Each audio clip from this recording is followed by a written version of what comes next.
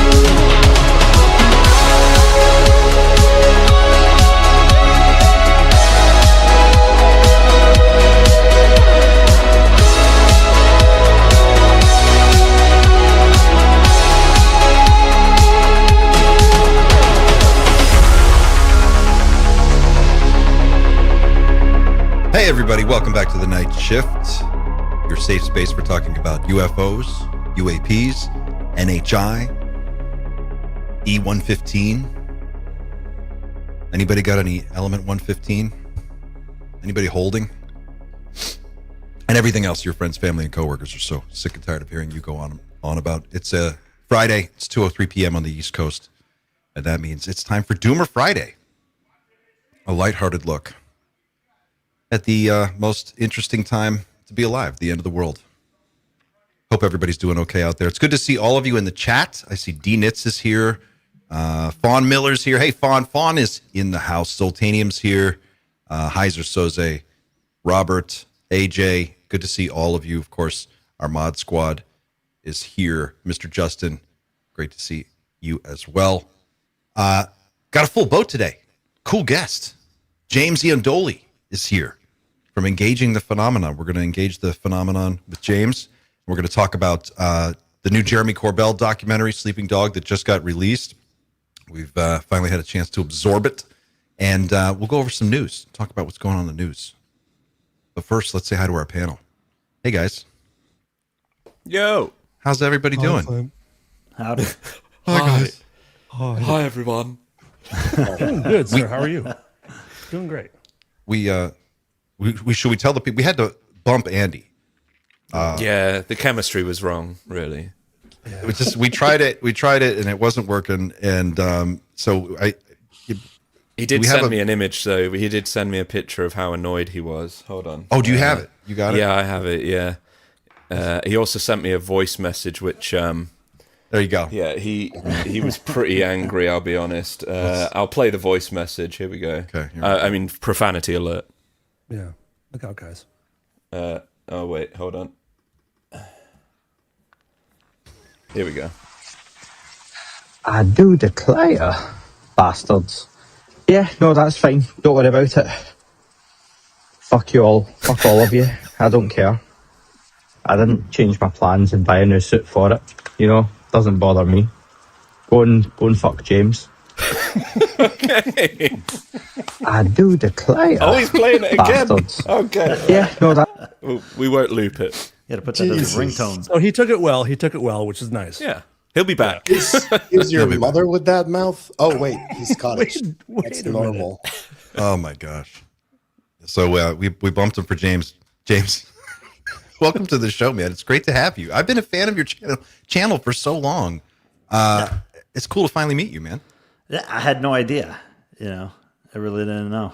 Oh, yeah. Well, like when I first fell down the rabbit hole, your channel was one of the first ones that I found. Same here. And you had I believe it was your channel, right? You broke the famous Jim Semivan interview, The Indigestible Truth, right? Yeah. Wasn't that you? Yeah. I think that was my second or third interview with him. Wow. Yeah. Yeah, but man. you definitely have the best interviews with Jim and a lot of those guys. So love your style, and it's awesome to have you here. Yeah, appreciate it. Yeah, Jim is something else. He's a very unique voice in this field. When was the last time you had a chance to catch up with him? A few days ago. Oh, wow, that recently. Yeah, just because. I'm having him on again soon. So I touched base with him. Pavel, you just said they uploaded a new talk with him. And told us, yeah.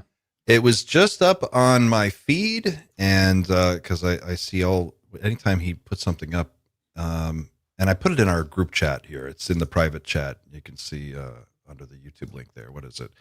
Yale Student UFO Society did an hour and 43-minute interview with Semivan. So I'll post that link in our chat in case anybody. It's from yesterday, so that's recent. That just now. Wow, fresh Jim. When you talk to him from time to time, do you ever ask him, like, what do you think about what's going on in the news? How are you following all this? Are you keeping up with it? Like, does he have a thought? Yeah. He always has just like a one-line thing of his take on it. He doesn't usually go into like a whole rant about it. What does he say? I mean, it depends what it is, right? He's really to the point. Unless you get him, on an interview style like this, then he goes off.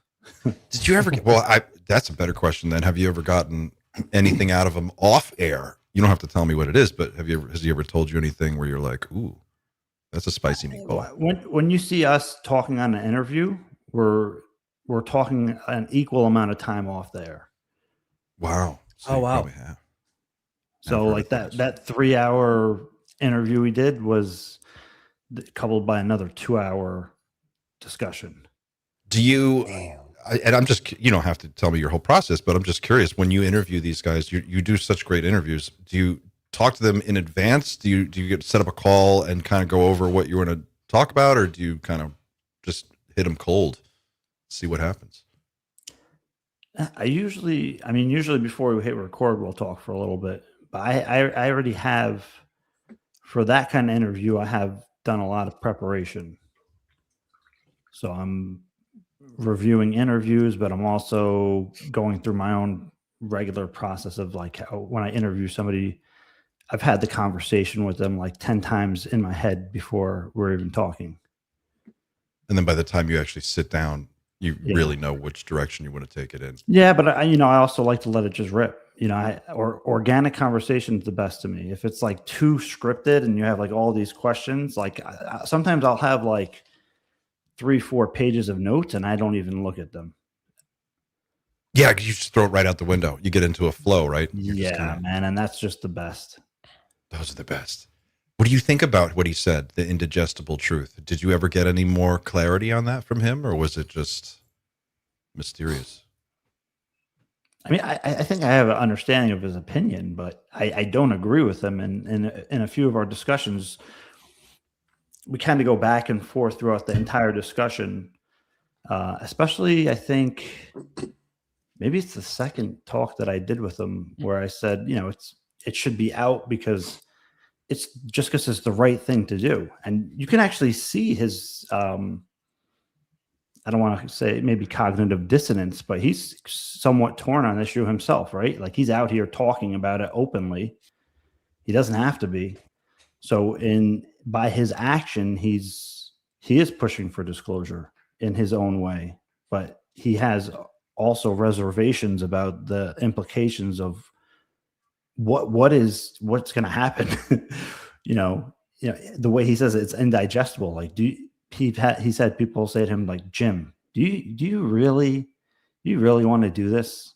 Like, do you really want to have to explain to 12-year-old kids, there's some kind of non-human intelligence that can read their mind and watch them at any given time whenever they want to?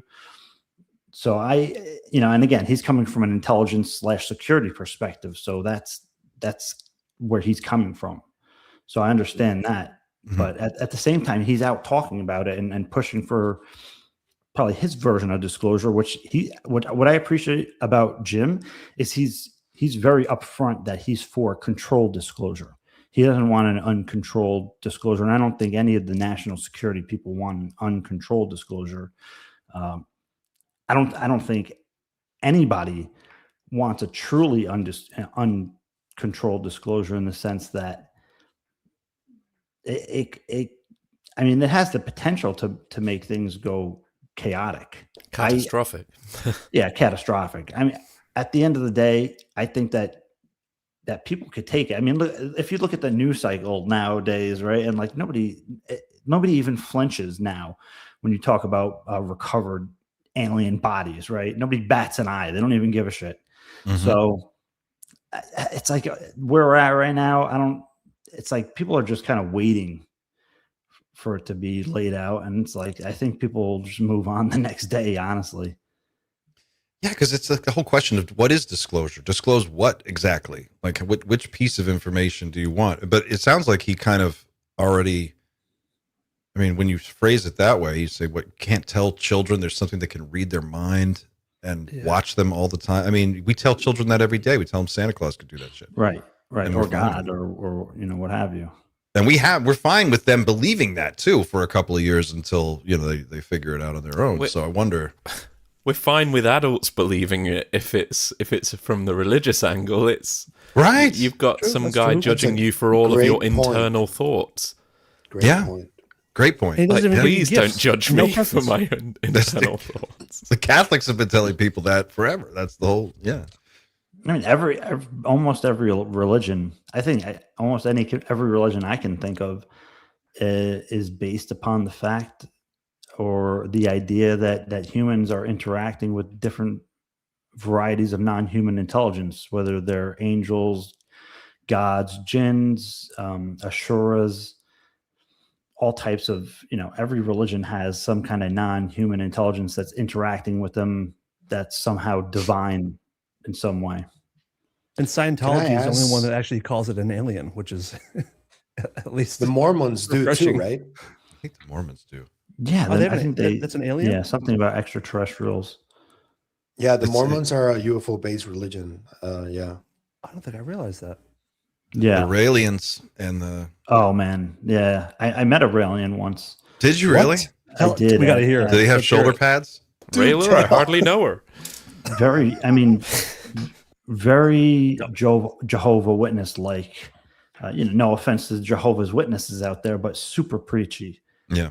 I get it. I'm sure they're enthusiastic, but that stuff is, man. I remember I first came across a book by the guy Ryle or whatever. I forget his real name right now, and I was reading. I was like, oh, this is interesting. And then I was digging into who he is, and I was like, wow, man, this shit is messed up. Really? Oh yeah, really is. Yes. Yeah, we're epitome of a cult. Yeah. Did you meet a Raelian just by chance, or was it at an event? It was at a Steve SETI event, believe it or not, because the guy was a local. Yeah. Okay. It was out in New Mexico. That looks fake.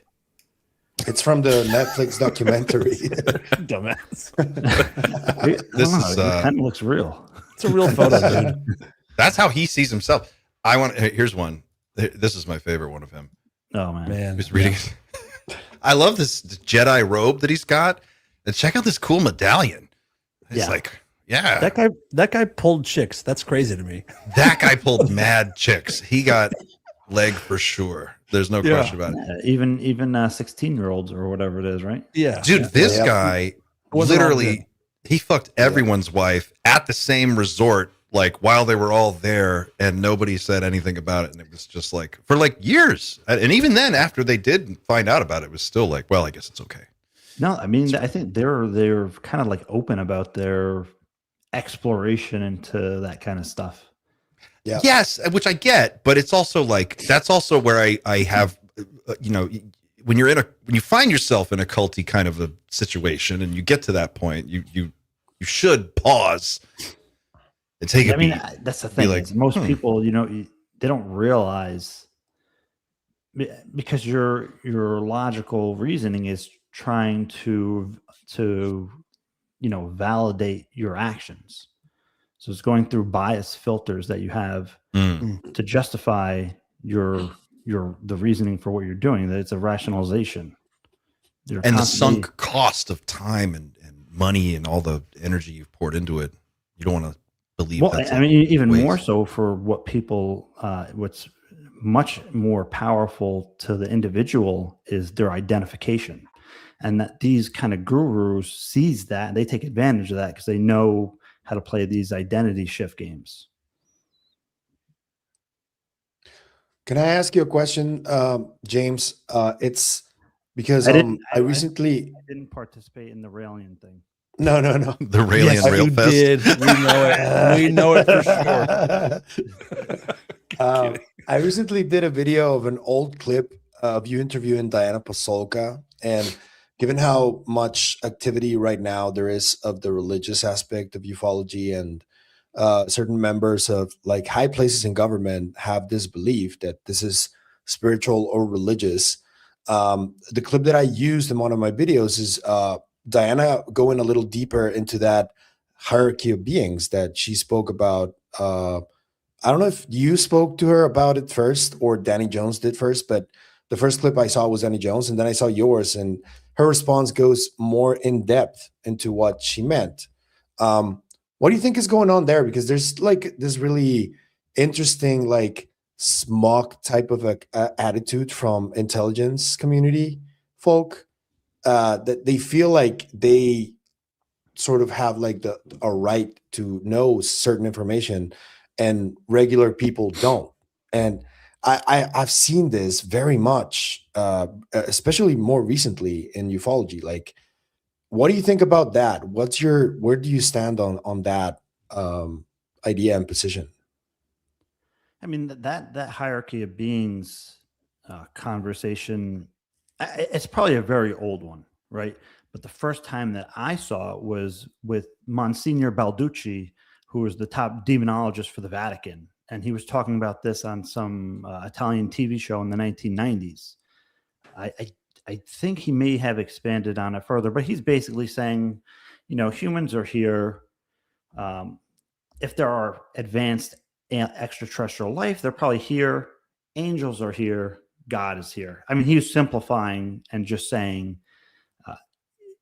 humans are we're like babies in the universe. And again, the interesting thing is that this was the top demonologist for the Vatican. And he had said to somebody, because he was very pro-disclosure, he participated in the Disclosure Project via Paola Harris, was able to conduct the interview because she speaks Italian. He participated, Stephen Greer took that interview and put it in his Disclosure Project, like he did without James Fox's permission when he took Dr. Edgar Mitchell's interview that James Fox did with him. And like he did that with many things. But so that conversation goes back to then, and it's been picked up. Dr. Diana Pasulka has talked about it. And I guess Timothy Taylor had his version of it, which places intelligence officials on kind of like above the general population.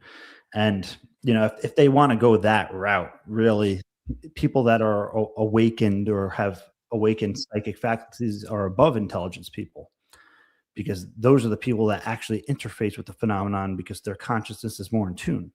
But I think, yeah, right. It creates elitist thing, which I'm not a fan of. But there's like, you're saying there's like a tier of intelligence people that they think, look, because of our position, we are entitled to this information, and they feel very protective of it. And then you're saying there's another tier above them of people who have direct contact, refined their telepathic abilities to be able to directly interface. I mean, and those people, the intelligence folks, don't all have that. That's something that. Well, I mean, they tell the story of they go to Chris Bledsoe and they approach Dr. Stephen Greer the same way. Even though they'll deny it. I know John Alexander has never given a straight answer about that meeting that he was at with Stubblebine when they approached Dr. Stephen Greer in the early 90s to try to recruit him into the program because they realized what he was doing was legitimate. And, here we're back here 30 years later talking about the psionics thing is the same thing. So, I guess they feel that the intelligence people feel that. I mean, I think in their own heads, they're not like, oh, we're better than everybody else. I think it's more of that they feel they have to take this burden on for everybody else. And you can hear this kind of messaging with Tom DeLonge when Tom DeLonge is kind of put out there to put this perspective into the UFO zeitgeist that, well, actually these are the good guys. And, they have to go home every night with this on their mind while everybody's, bringing their kids to soccer and whatever. And they're dealing with the world's greatest challenge. And I do think that is a valid perspective. I don't think it's just a made up thing. And we don't get to hear about that often. So I appreciate that that's part of the conversation. It brings more nuance to it, a little bit more of humanity to characters that it's easy to dehumanize because their intelligence, they're hiding this from us. And so I do appreciate hearing that perspective, like, because I never thought about that until Tom DeLonge brought it up, right? Like it's always like the evil intelligence people. And I don't agree with their methodology. I think this should have been out long ago, but at least like, okay, there's some kind of like valid argument to be made about those kind of decisions. But I think the problem is that it just went way out of control.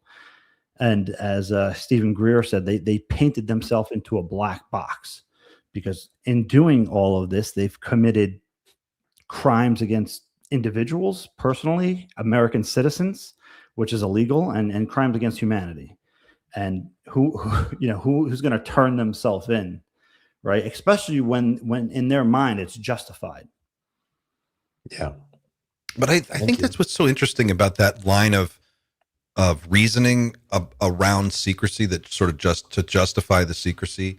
Because as you and Xander just pointed out, and you're so right, I don't know why it's never occurred to me this way, but we've interacted with a hierarchy of beings via every religion on Earth, so that's not new. Billions of people are on board with that, and it seems like the whole point, of our media system is to always give us something to be afraid of or worried about or concerned. It's always Iran. Iran's going to get a nuclear weapon. Oh my God, they're going to come get us. It's a huge. You would think that if it really was like a big, scary truth about this non-human intelligence, that would would work in your favor, right? Like, wouldn't it get everybody on board with, oh God, we got to deal with this. We need to face this. We need to fund it. We need to. I mean, that's why it allegedly, right? It has secretly been funded the way it has through a ton of covert operations, illegal money, and that there has allegedly been a plan for decades to roll this out. That it is a threat, right? That has been a plan allegedly, and we hear about this with the 2027. Oh, there's an object heading towards us. I do believe that psychological warfare angle has been planned, whether they were ever going to use it or not. Oh, like they put it in place as a fail-safe or something they could activate. It's something that they've been probably planning for decades.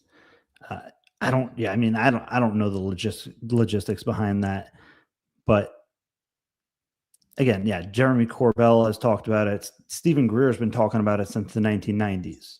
You're talking about Bluebeam or something Well, like it? so Yeah, a whatever more resembles it. sophisticated variation of that. Bluebeam would be like not even a beta, below beta. The actual thing, and it's so crazy because I used to think that this is just a bunch of nonsense. Like, this is where it's like, you know what, Stephen Greer, he's going too far. A lot of his other stuff he's on point with, but I mean, this one is just, I don't know about this, man. But in today's world, man, I'm like, wow, it would be so easy to just, you wouldn't even need, like, again, even 10 years ago, I didn't think it would be feasible, right? But now you just need one kind of like weird looking drone to attack one city. And that, I mean, with all this UFO hype going on, that's all you would need to stoke the fire, you know, because you already have people riled up about disclosure, right? It's mainstream now. It's like in our pop culture. It's every week it's in the news. So all they have to do is shift the perspective on it. And the seeds have already been planted.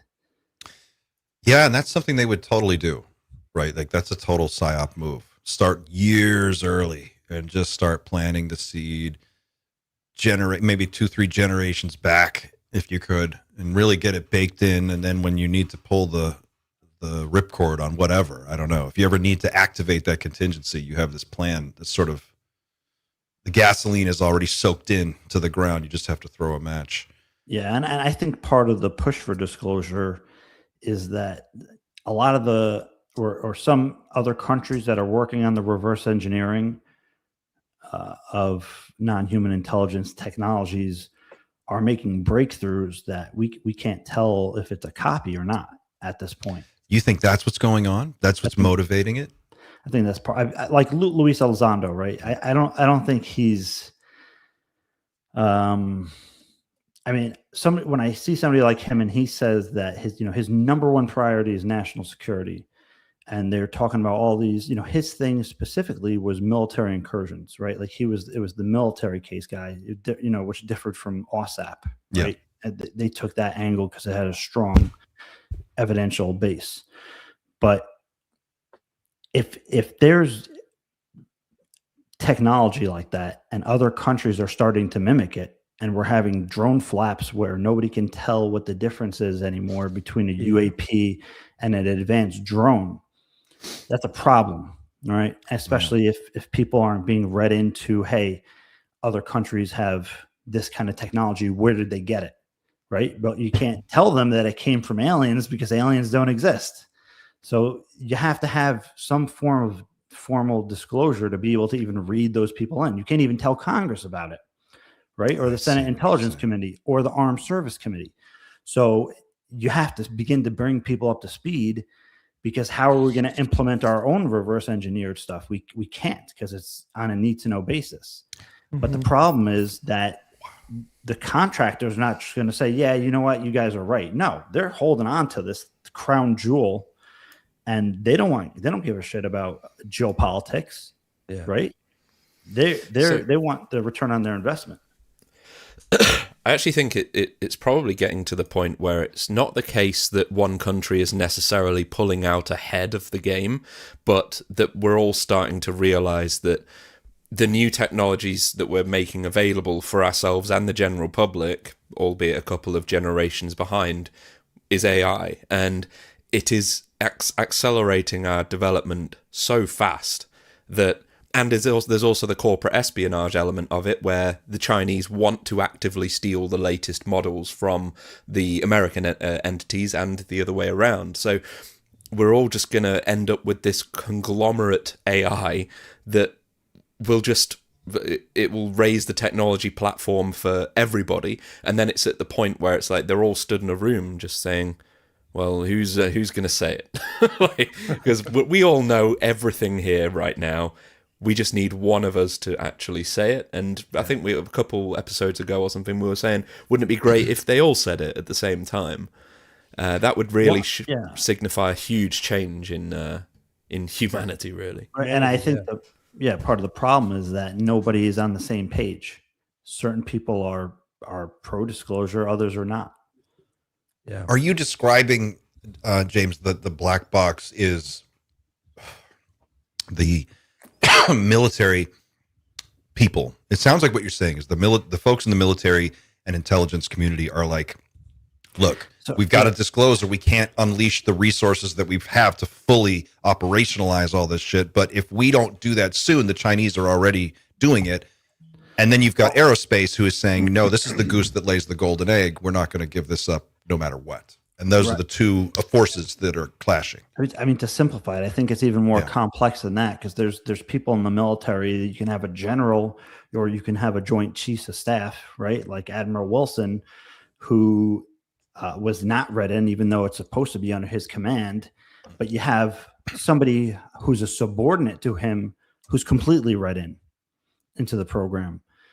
So it's the entire chain of command is jumbled up, eroded. Yeah, it's eroded, and and it's made a cancer within all of the systems because of the subversion. Because again, you had I forget who pointed this out, but they're exactly right. Is you'll have staffers, right, who know. And the Congress people are just like, okay, they're rotating, so we're not going to tell them anything. Sure. So that level of complexity is why we're in the mess we are in. So the people that are the pro-disclosure people are who? Who would you describe as the pro-disclosure faction? If you had to make a T-chart. It's not that simple, because I'm sure that there's even Collins elite people that are like pro-disclosure, even though people wouldn't think that. Chuck Missler was out there giving lectures on UFOs and hyperspace and how the UFO technology works. And I met an individual who has since passed, and he was a guy who would run conferences in New Jersey. There's pictures of him with like Jacques Vallée and whatever. And he told me he would always. People would post UFO stuff, and he'd always be like, "Oh, well, XYZ, it's actually demons or something." I'm like, and so instead of just shutting him out, I'm like, why do you, why are you saying this? Why do you think that? I started to want to understand his reasoning, and he told me that Chuck Missler was his mentor, and that Chuck Missler was part of the Collins elite.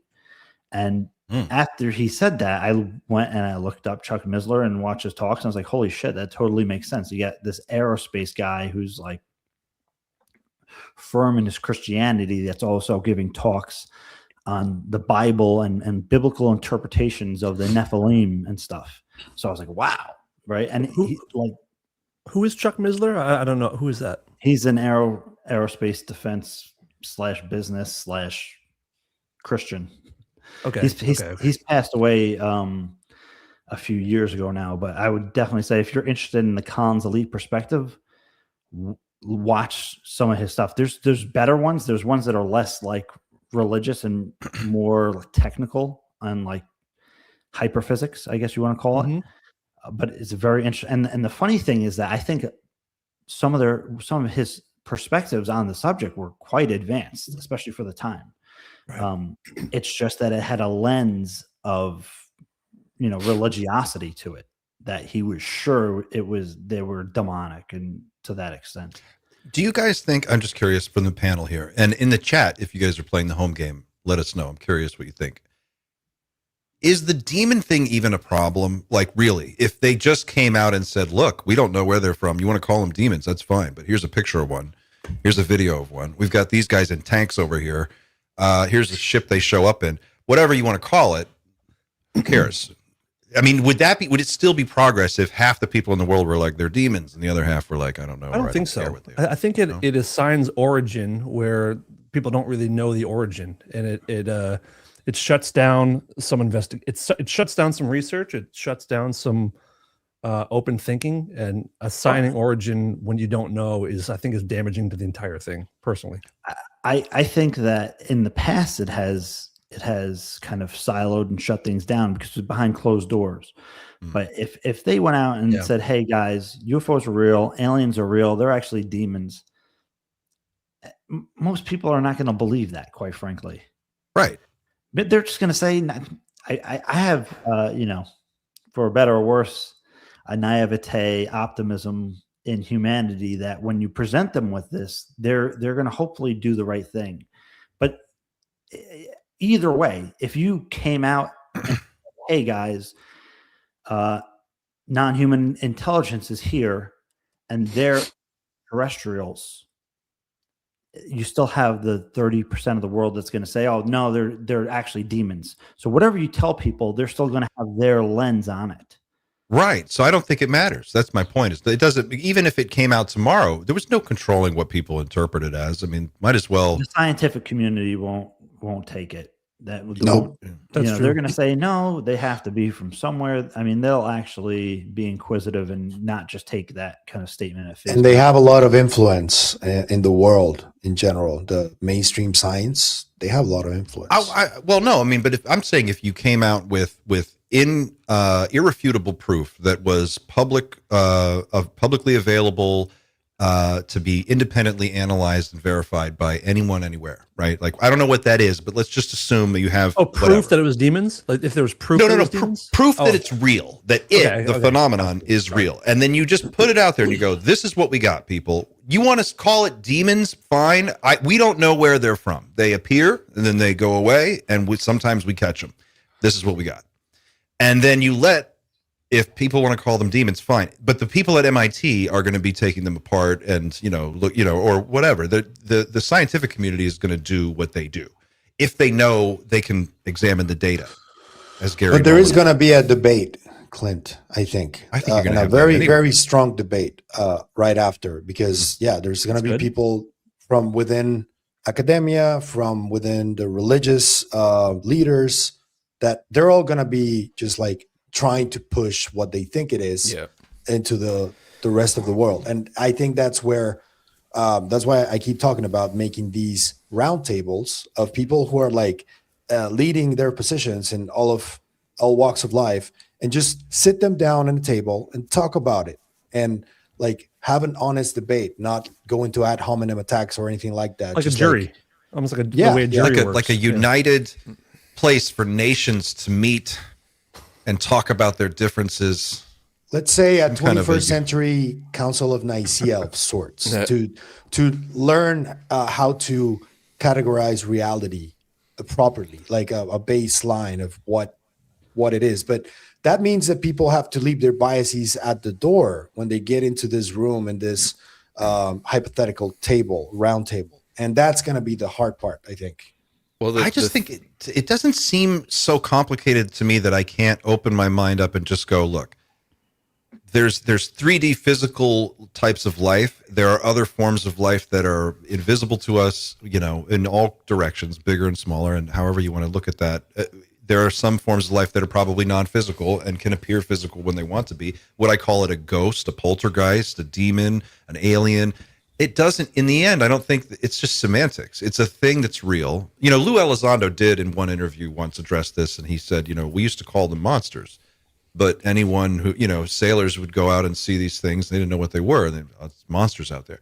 Until you realize, they're just a part of nature, and it's a part of the ocean and its ecosystem. And as our expanding knowledge grows and we get to a point where we can categorize these things, we will.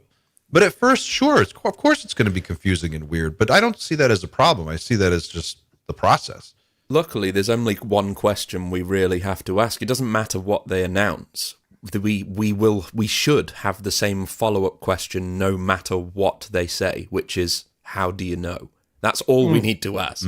Like, if they want to say if they say non-human intelligence, you could say, how do you know? But it's actually pretty obvious. If it's non-human intelligence, all you have to identify is it human or not. But if they make a further claim, such as it's an alien, then you have a harder task ahead of you, because you can be presented with this demonic looking thing. The Greys are pretty scary. So the religious people that may interpret them to look like demons do have that right to say, how do you know it's alien? And likewise, I would ask it as well. Like, I want to know, how do you know this thing is from another planet? Or how do you know it's an interdimensional being? So I hope that whatever they announce things as, providing it actually gets announced, they have some evidence to back up whatever claim it is that they make. If they want to say non-human intelligence, fine, but just show me something that is intelligent and non-human, and then we'll just go from there. Sorry. That's a great point. You better be sorry, dude, for being that. That just killed the conversation. I've got an audience question here, a great one too. And we have a lot of super chats. So yeah. Yeah, here's a super chat from Flores. MH wants to know, I'm curious, what does everyone think about the rise and fall of Skywatcher? Is it op or genuine?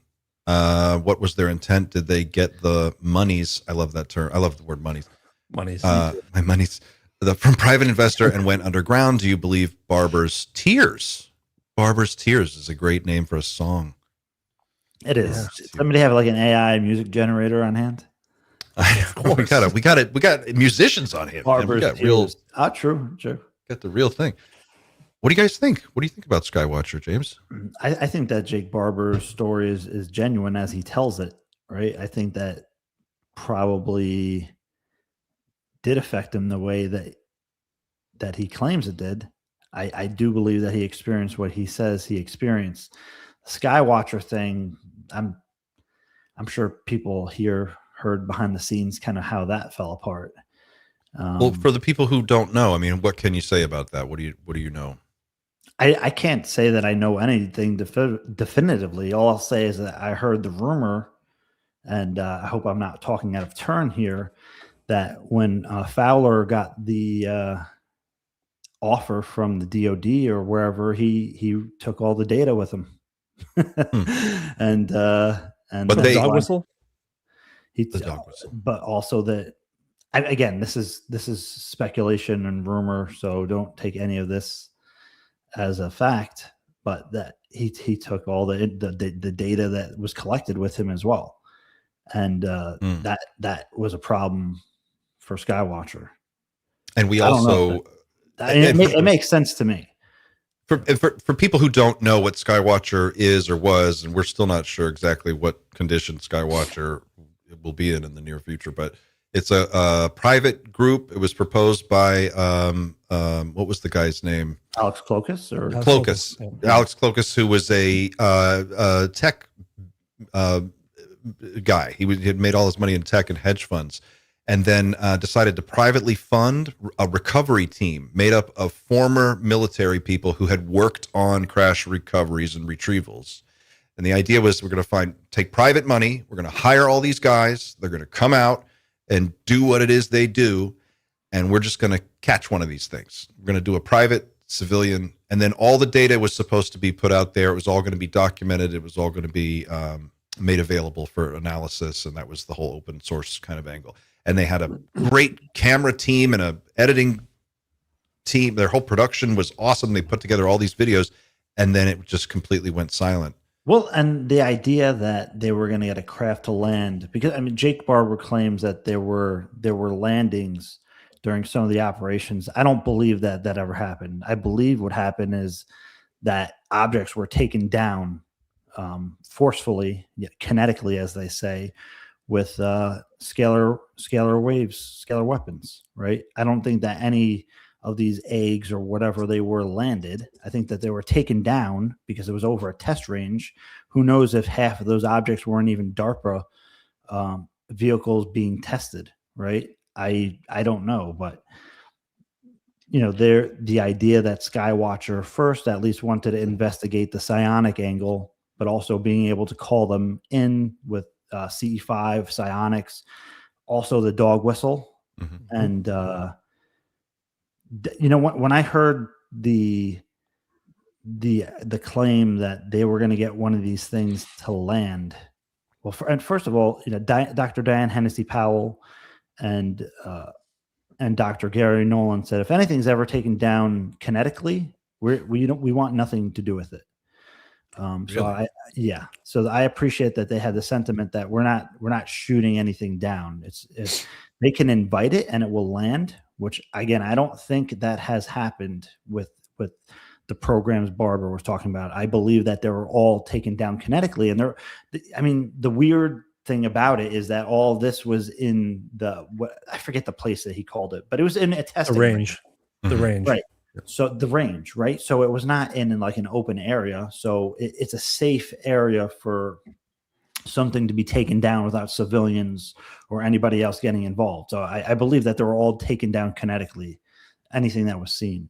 And you do believe James' story about being, or Jake's story about being affected by the 8 gone, right? Yeah. Like so having some kind of a. Do you believe when he's retelling that? I mean, what was that interview he just did the other? It was a couple days ago. That one came out where he was the one at, is it the one at Seoul? Was it the Soul one? Was that where he's crying? He cried again. He gets all choked up. Like, I mean, he's telling it. I mean, this was like 2 years later after whatever it was the first time, and now he's telling. I had an experience that was extremely similar to that, so I completely understand that, and I don't think that he's just making that up. And it was funny. I don't either. One of the crafts that I saw was actually a hexagon. So when he said 8 gon, they're talking about like an octagon. One of the objects that I saw, like less than 200 feet away, it was right above the trees, was a hexagon. Where'd you see this? in my yard in 2007. But Wow. I was told to come outside. I mean, there's a whole Go on. There's a whole long story to that. It's not just a one and done thing. It's part of an entire series of contact events that took place over the course of a month and a half to 2 months. I mean, in retrospect, from my childhood, probably, but that series of like 3 powerful events that occurred all happened in 2007. And I mean, that's kind of put me to where I am today, right? That's why that series of events is what initiated me into the whole engaging the phenomenon thing. If you don't mind, there was one thing that was really telling when Skywatcher fell apart, and I wish we'd known this from the beginning, is we found out they'd all signed NDAs. It was like, oh, okay, they set this up like a classic company then. Like it really, it's not conducive to a very open and sharing endeavor if you make everybody that's involved sign a piece of paper saying you can never tell anyone anything. But why all the hype? Like, why that big media push and all the, like, I mean, it was so slick and well done. What's the point? I mean, I swear to God, when I heard about, I meant to say this before, is that when I heard about the craft landing part, right, the first thing that came to my mind is Tom DeLonge and TTSA are going to build a spaceship. Right. Like, I believe that they fully intended, they like, Tom was probably serious about that. The defense people probably knew from the beginning that's not going to happen. That's not happening. Tom was probably wishful thinking. Right. And we need wishful thinking, right? Like, if you're going to really get behind something, you have to believe it, right? You're not just going to. This is what it's so interesting to me about this company. There's another company called Eldeon. Eldeon. I don't know how to pronounce it, but it's spelled ELDAEON. And they have a censored suite of tools that you can basically buy that is that does UAP tracking and identification with the sophisticated algorithms, and they've got the whole thing built into one little box, right? And if we're to believe that there is such a thing as a electromagnetic dog whistle that can be used to summon craft and makes them appear either, I mean, if we are to believe what Skywatcher said and what, what's his name said, it happens every time. It's almost like a 99, 100%, reliability. And if we know that psi abilities are real, probably everybody has them. I mean, I can't imagine. I don't know if I'm buying this whole it's only like that 1% of people can do this. I don't think that's true. No. It seems like we're not far away from somebody just publicly summoning a craft and getting it to come down, and we might have some other weird third scenario where it's not a government disclosure and it's not a full-on invasion or open contact thing, but we might have some kind of other thing where people just figure out how to start doing it. And maybe something weirder happened. The CE5 community is there's hundreds of thousands of people in the CE5 community now. Yeah. When I started, I created the first CE5 social network groups in 2008, 2009, and there were like a few hundred people. Now there's just like, yeah, you can't even keep up with it now. Not doesn't mean everybody who's there is like a serious participant, but it's way bigger now than it ever was. I you know, if I had an intuition about it, which I don't know is accurate, is that the defense systems are better. That such, I mean, you don't hear about sightings like Stevensville anymore, or the O'Hare Airport thing, or the Phoenix Lights, and I think that has something to do with the defense systems that are up now, maybe, right? That we don't. I mean, there's, if you go back, there's a lot of like really awesome encounters and sighting stories that, I mean, yeah. Well, that was the whole concept right behind SDI, was that it was a dual use technology. It was strategic missile defense, but also strategic earth defense, just in case, I guess. Like they were trying to really. Yeah, I believe that's true. I totally, and I think that's probably why Reagan was partially read in. Right. That makes sense, because it makes sense in light of that UN speech that he gives, right? He said it several times. Right. And even, I think, was it his wife or Gorbachev's wife made a statement saying, we can't get rid of the nuclear weapons because of the aliens. Who said that? It was Gorbachev? Gorbachev's wife or his wife. I said we can't. Was there ever any more context? Like, we can't because we need them Unfortunately, to defend? the context is it's know, quite common in Russian humor to do stuff like that. Is it? It happened last month actually as well. There was a Russian politician interviewed on some television show, and he said the same, a very similar thing. Yeah. Interesting. James, sorry. Good. No, go ahead. A second ago, you were talking about CE5 and how long you've been doing it, almost 20 years, it seems like. Have you seen, have protocols changed over the years? Or is it still kind of used the same way in your experience? I mean, there's been renditions of CE5 as far back as humans go, like different methods to interact with non-human intelligence, right? Magic, or whatever you want to call it. There's always been some kind of protocol. Stephen Greer made it popular. And I like Stephen Greer's method just because it's simplified. It's kind of fail-proof. It's training wheels. But anybody who's practicing CE5 ultimately is going to take the protocols and make it their own and turn it into something complete. Like Chris Bledsoe, right? He's not doing anything like the CE5 protocols. He's doing his own thing. And I do believe that it has probably worked in a number of scenarios for him. I do think that he is a genuine experiencer, despite whatever hijacking was done by the intelligence community on him and his messaging and that whole thing. But again, Mission Rama was doing it in the 1970s. There was a group in South America, in Lima, Peru, called Mission Rama.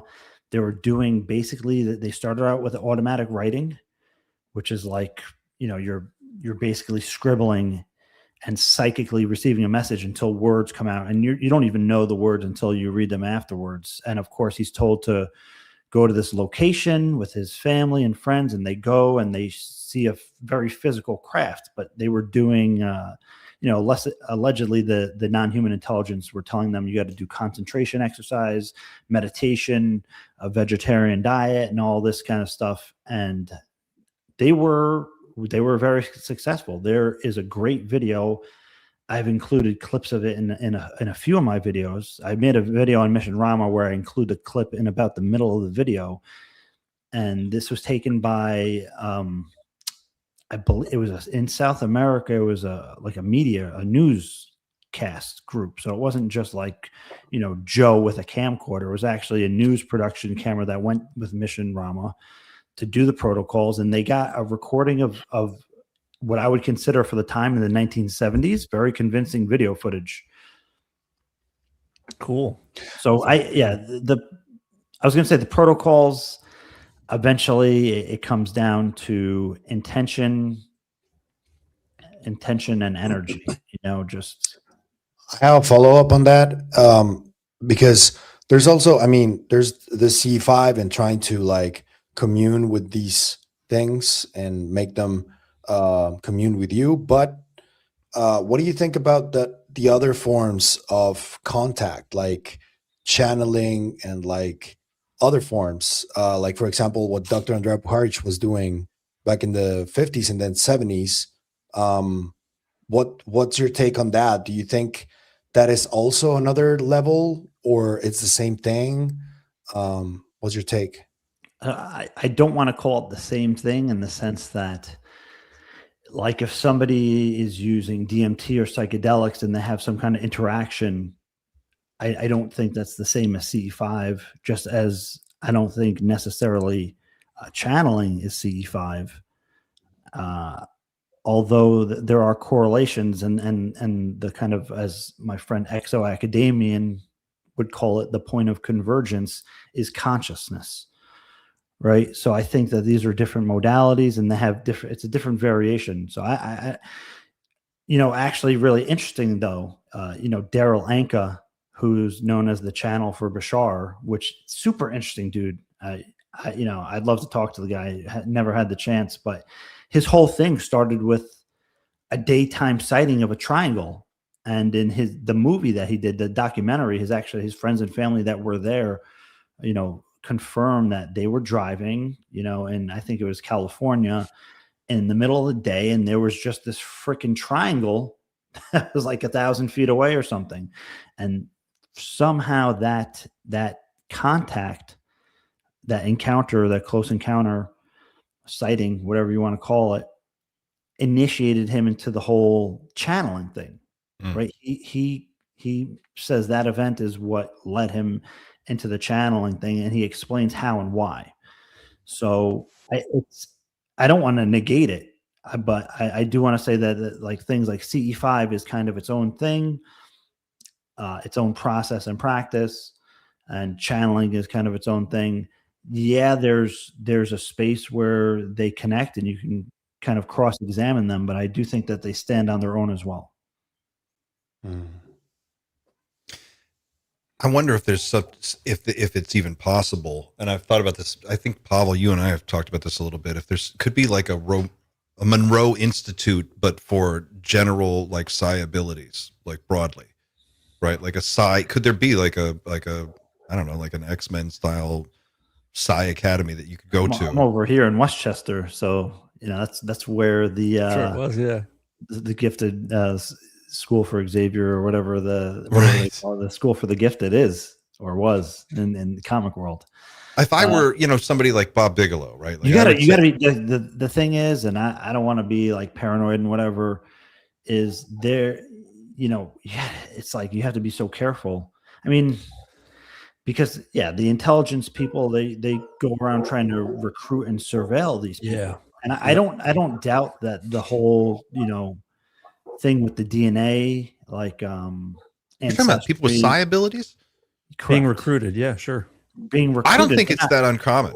I'm not convinced it is. I don't think that it's like 1 in a million thing. I think this is but I also think that people everybody that display a certain level of it, sure, even unconscious competency, we'll call it, are under surveillance, right? God, don't you think that would be a lot of people though? Maybe it is. I think they're probably looking for outliers, right? Like anybody can play basketball, but there's probably a smaller percent of people that excel at it naturally. I think you can take anybody and train them and bring them to a certain level, but there's just going to be the Ingo Swans of the world, right? I wonder how you would identify like psi those scouts, like psi ability scouts. They have a protocol for identifying those kind of people. Yeah, trauma. Yeah, well, I mean, do they? That's a way of instigating it. Yeah. Dr. Julia Mosbridge is one of those people that I think has been like sourced since she was like really young, and I've heard multiple times that people who interact with her, they sense like she has like a really strong presence to her, that is like really involving. Like whenever you're with her, it's like her reality that you step into, and something kind of changes. on this Jujutsu Kaisen front for anybody Yep. who watches. It's I like do. the domain expansion, right? Like Yes. you create your own psychic domain and Yeah. you're dominating from a non-physical, that would be considered remote influence. But that's a teachable skill. I think so. that's like it's like a muscle Politicians. that everyone has. And I agree. Like not everyone's Michael Jordan. Well, but the funny thing about Michael Jordan and what's his name, Gordon Maxwell, wrote about this in The Outliers, is that Michael Jordan was not like naturally gifted in the way that people assume he was. He was kicked off his high school team or whatever, and they said, "Listen, you suck," basically, and he just worked so goddamn hard. Because people that actually have natural talents take it for granted, and they're like kind of like this. But it's the people that put in the work, the 10,000 hours, right? That came from that, the 10,000 hours of work, they outperform the naturals. That's what I'm driving at, right? So, like, imagine if you had a basketball school, right? Or I'll give you an example. You had a Psi Academy, right? And you could run people through it, and you had a class of 1,000 people, and they were working on it, and you were training them, and you taught them the techniques or showed them how to like access that stuff and refining it over time. I mean, you might find that, out of 1,000, maybe 100 from every group are outliers. Like they just are that good. What would happen if you could start to, like, I don't know, crank those people out at scale? I don't think they want to do that. I think they want to take people like that and bring them in and make them sign NDAs, But I mean, there's that book, China Super Psychics, right? That was written by Paul Dong. And it's talking about, China has such a huge population. So they were able to identify a lot of people because they have like 10 times the amount of population. So they have 10 times the amount of psychics. And they were, studying these children that were displaying all these like really advanced psychic abilities, for what that's worth. And Paul Dong, of course, was corresponding with Hal Puthoff, coincidentally. Did he document in his writings what they had verified to be possible? Like, what is the list of psychic abilities that are really? There's like stuff you wouldn't believe. Like stuff like that some of these kids were able to take objects and put them through other objects. Like not just like David Blaine stuff. Right, but they're kids, that which but yeah, they're obviously we had the same thing where kids would be able to hold a book or touch a book with their hand and be able to read it, without eyes. The seeing without eyes thing was a big thing for that. They could allegedly read with their feet, their nose, their eyes, anything they came into contact with. They can just tell you everything about it. Man, there was a ton of that stuff. But there was also the interesting part to me was, of course, is like the telekinetic stuff, because it's like, wait, how do you do that, right? Like I can see like, okay, we're all tapped into this consciousness and we're able to pick out different bits of information non-locally in the field. That to me seems like, okay, I get that. But the telekinetic stuff is super interesting. I don't doubt it, but I've never seen like a reliable telekinetic effect in real life that I thought was genuine. I've never seen it demonstrated in a way that's been convincing. The spoon bending thing, right? Like I've done that, right? And a part of me is always like, maybe it's just like I just bent it, and right, like even though the metal, like it doesn't bend the way it does, but maybe you're warming it up, or to me that's still like cheating. Well, yeah, like the test would be, can you bend anything else? Like Johnny Carson did this to Uri Geller. He was like, you can't bend those spoons, but I brought some spoons that we got from the kitchen. Or this piece of rebar. Bend this piece of rebar. But people have done stuff like that. But it's still a physical force applied. The interesting stuff to me is like there's an Instagram page called The Art of Living, and it's a yoga school. I know them for many years because I studied some of their information because I have studied yoga. And The Art of Living, I forget the guru's name from that school, but they, in the past few years, they've been putting out all this alleged telekinetic stuff, which you look on Instagram, it's like freaking crazy. Like I don't know what to make of it. And I actually sent something to Chris Ramsey and said, hey, what do you think of this? He never got back to me. But there are kids, like, they're holding the spoon, but they're not pushing it or anything. It's just bending on its own. And you see the kids doing this. You see like a 1 minute clip. So you don't see before, you don't see after. There's not enough context there for me to make a determination one way or the other. It'd be cool if Chris Ramsey did an episode on it, because he's a magician and he knows like a lot of that sleight of hand trick stuff. Where are these videos? Can we go see look one? up, yeah, I actually have to run in a minute, but it's look up Art of Living, and I always see it on Instagram, and it's a yoga school, but they have a special school for kids to teach them psychic abilities. And obviously in yoga we talk about this as the siddhis, right? The extra normal powers of the mind, because the reality is illusion itself, right? It's Maya. So of course it's malleable, just like our consciousness and our mind and our thoughts are malleable. So is this reality. There's a guy at Contact actually doing a psychokinesis workshop. So maybe we check that out. Is this what we're talking about? Does this look familiar? That's the right branding, right? Yeah, that looks the right, Art of Living. Yeah. Right thought at the right time. And that right thought at the right time is called intuition.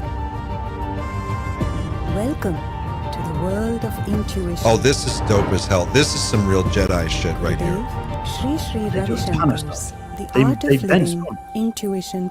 Wow. They bend spoons without like bending it with their hands, right? Like even if it's bent into a bunch of loops, they're holding the spoon and it's just bending. And I don't think like, an 8-year-old kid, they have all the kids doing it, Really interesting. Wow. It is. Yeah. I mean, I don't think these kids are just like playing along and I mean, they could be kind of like pushed in that way subtly without knowing it. But some of the stuff I think is really freaking cool. So I don't know. I don't know. Wow. That's I keep remembering that clip from Dr. Dean Radin talking about the Inquisition and how that whole pursuit of witches, quote unquote, kind of erased the psi gene from that period of time.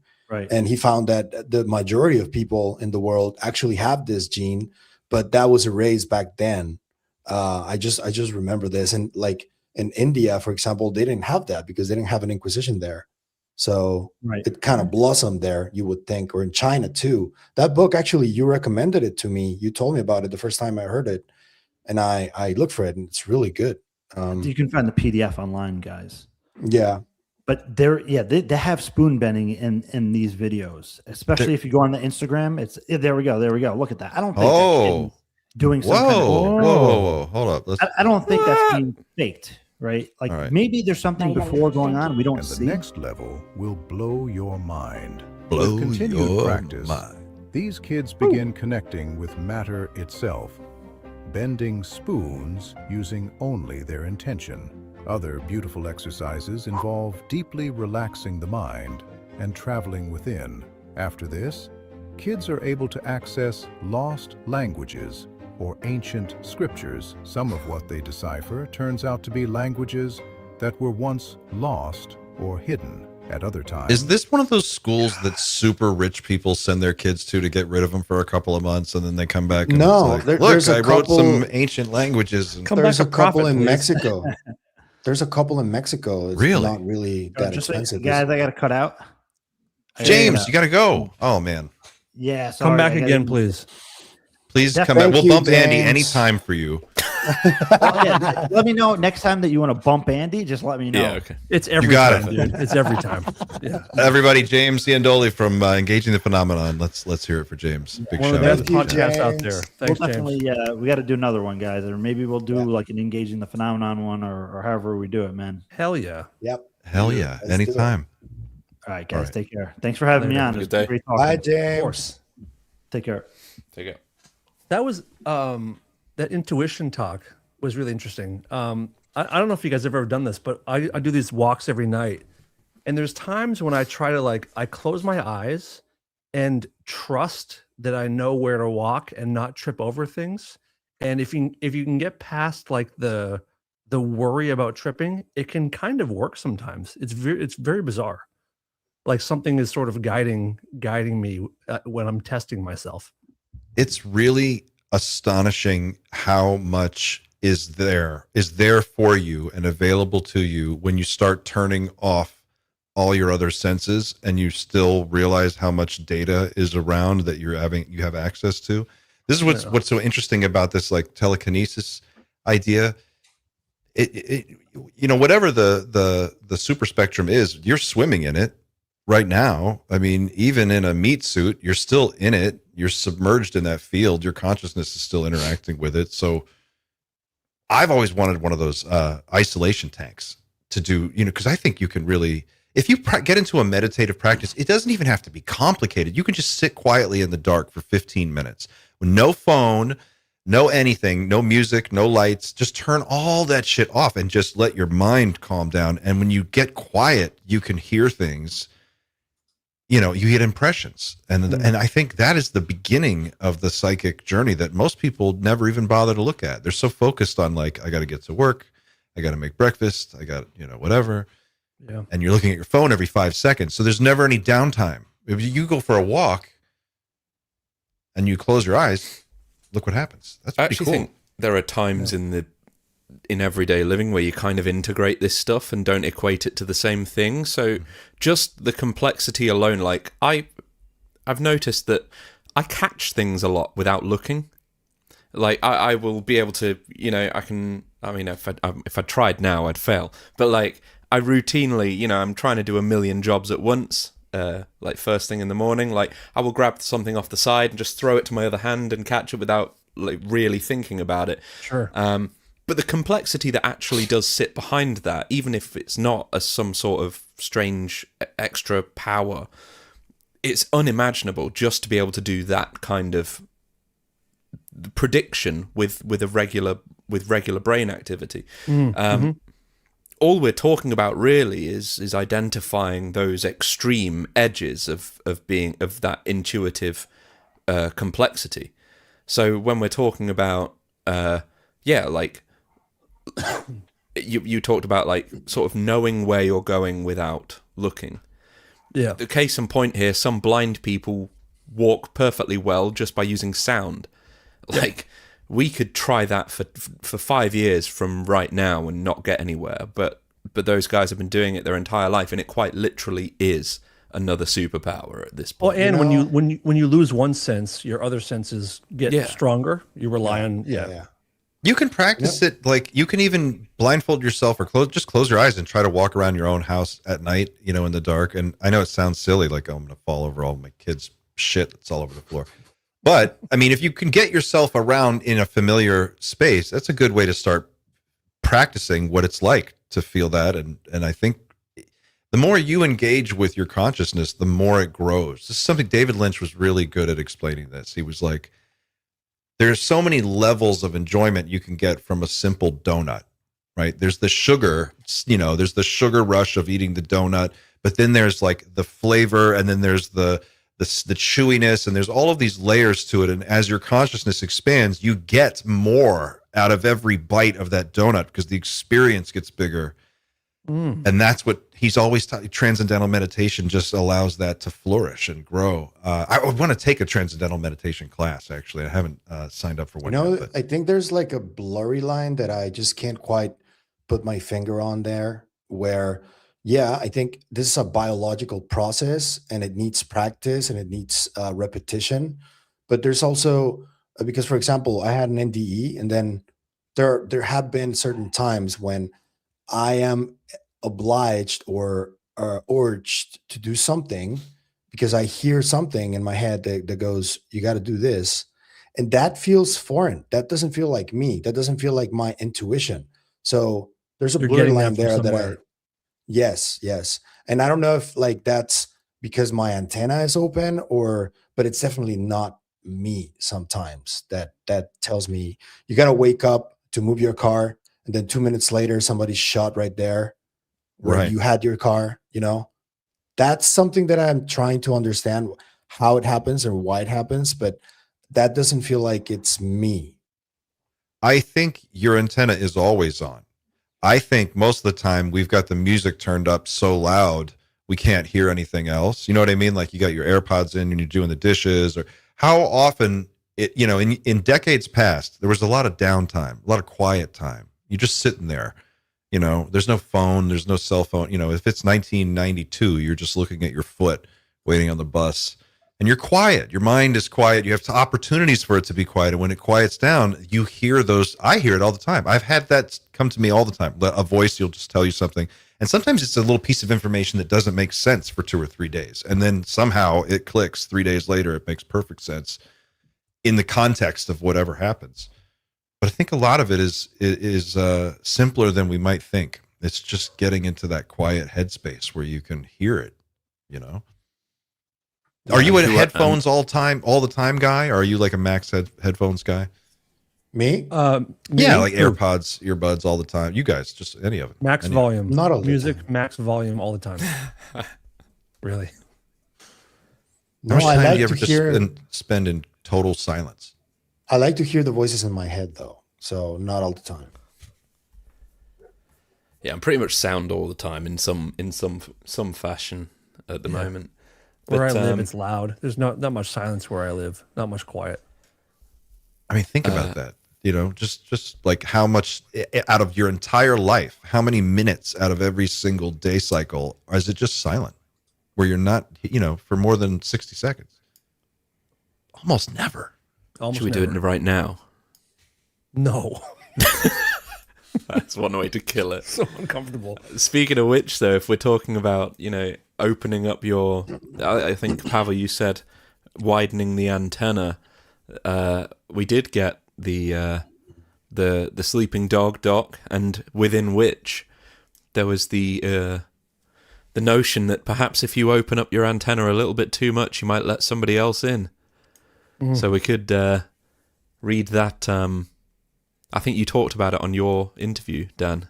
Yeah, absolutely. But maybe we could share that now. And Sure. As soon as I saw the documentary a couple months ago, this thing popped up on the screen, and you know, Jeremy was sitting behind me. It was in a hotel room, and I was like, "What is this, buddy?" And yeah, go ahead and read it, and then we'll talk about it. who wants to play paper? Who wants to play Houston? Who wants to play Houston? What is it? It says proposed. I can barely. I gotta make my screen. I can read it. I can read it. Go ahead. Proposed activities. A site investigation, in brackets, SI, should be undertaken to determine alien inorganic compounds or other biochemicals have been disposed of at this site, and to determine the presence and or extent of any soil or groundwater contamination that may be the result of material disposed of at this site. This is the part that just opens up a massive can of worms that you could be forgiven for ignoring if you were really into ufology, but now I don't think we can. Local residents should be checked for evidence that they are being symbiotically manipulated by surviving aliens. And then there's a couple of phone numbers. That's just... I mean, this is from the Los Alamos, the IT security guy. Is that right? No. This is not him. completely different. That's not from that file dump. This is something that I know Jeremy's been working on for 10 plus years. I just ran this through the mainframe, and it says here it's coming back out on the printout now. That phone number matches historically archived government documents for the U.S. Army Corps of Engineers in Albuquerque District in New Mexico. It's Walker Air Force Base, which also is Roswell. Defense environment, specifically in public records from the 1990s and early 2000s.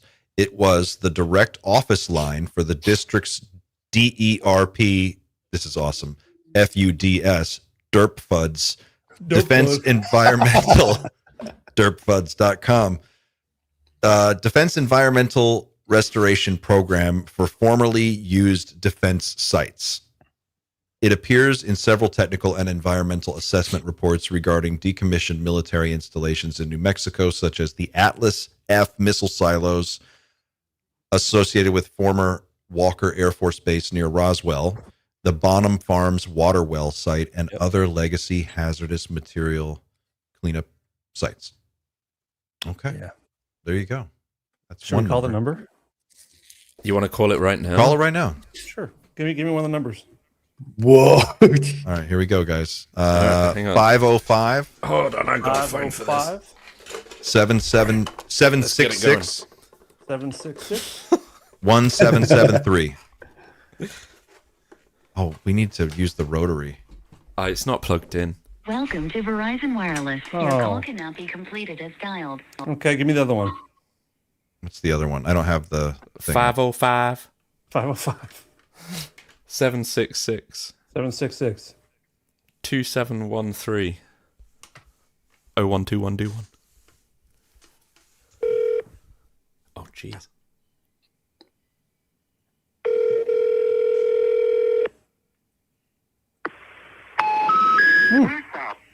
Okay, they're both dead. Interesting.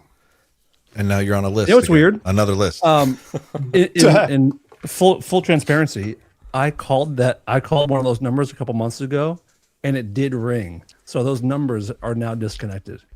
That's weird. That's funny. You always bring the magic every week, Dan. There's something, you always say something that's completely unexpected and just makes the show that much better. Cool. Wow. Should we talk about the documentary in just broad terms before we drill down on this one thing? Sure. Everyone's seen it, right? I've seen an hour and 10 minutes of it. I'm not done yet. Oh, you missed the best part. I know. I just got past, but I'll speak on what I did see, and then I don't care if you guys spoil the rest for me, but I'm happy to talk about Lear. I mean, for me, one of the better parts, I mean, the whole thing is really, really cool. I really liked it because, you know, I'm a journalist and I understand that level of pressure that sometimes comes with this line of work. I think that when the topic is like more mainstream and widespread, documentaries like these are going to be like must-see material, so you can get more acclimated to everything that's going on. And it just goes to show how central Jeremy and George have been to everything that's happening. Like, because you can talk about Tom DeLonge, that sort of kickstarted a lot of this, but if you go back decades, the one who really kickstarted it all is George Knapp. And that connection that Corbell did independently to John Lear, and then George Knapp also did it independently on himself. And those and they both accept that John Lear was like their entry point to this whole thing. That was poetic. I really like that whole thing. And it's really weird that it's a kind of sad how you see the whole interaction between John Lear, the camera, and all the just random shit that he just says at times. You can tell that Jeremy doesn't believe everything. It's pretty clear, but it's like this guy has lived quite a life, you know? I loved it, really. I know people want to watch it and see it as like a UFO documentary, and part of it is, but I think really it's an amazing movie about journalism and the responsibility and the dangers of journalists. And you kind of get to see the process more than you usually see. And it reminded me, there's a documentary on Netflix called The Cover-Up about Cy Hirsch, who was an incredible journalist for the last like 40, 50 years. And I think this is a nice companion piece just about journalism. And it has some really cool UFO shit in there. But it's a great, that was great character study on Jeremy, and it was actually really, what I found really striking was that he had told this story in Austin when we were at dinner. I didn't realize that was what this would be, but he kind of talked to when I was sitting next to him. We were talking about John Lear at one point. I forget when this was, probably later on in the day. and he was telling me the whole thing about John Lear. And then I'm watching it, and I'm like, oh wow, now I get to see this, all this footage that he shot with John, and go to his house. And hey, James, you're back. Are you back? Got the kids? Yeah, I'm back. All right. Gavel, shut up that damn dog. We're talking about sleeping dog. Don't kick a sleeping dog. But Lear was so cool when he comes on Nap's show, and then when Jeremy meets him, it's like this weird Mr. Miyagi relationship. But it's like it's interesting to me how quickly Jeremy is like realizes that John is completely out to lunch, and then just has this relationship then with this guy who is obviously, still a very compelling figure, and he has a lot of charisma, and he definitely has a lot of interesting stories. And he's still, he's an interesting character, but not for the original reason that he thought. And yeah, like Pablo, like you said, then this connection with George Knapp, through that, he finds his way to George. It's so much cool backstory that I'd never realized. And I mean, being able to see like his early days, how he goes from being an artist and a martial artist to being basically like a guerrilla journalist in a field that has like 3 people in it. And it's like George Knapp is the only other guy doing that. And then he just has to figure it out as he goes. I was blown away by it. I really have much more respect for Jeremy and the work that he does now. And I've only seen the first hour, but it was really, really good. Xander, how about you? Yeah, I mean, if anything, it's I can't stop with the little tiny Bob details. Whenever I get anything new to contextualize Bob's story with, like, you could tell, regardless of the validity of Bob's story, which I can't say for 100% certainty is real, but I do believe him. He at least believes what Jeremy is going through, which says a lot, because if in my eyes, if Bob was a grifter or whatever you want to call it, good point, and he was hearing Jeremy go through all of these difficult times and stuff, he would pick up on that and think, I bet he's getting fed just so much rubbish like I've fed him. So he probably wouldn't show so much concern, but at the end of the day, he's telling Jeremy, like, I would think very seriously about going forwards with what you're planning to do and things.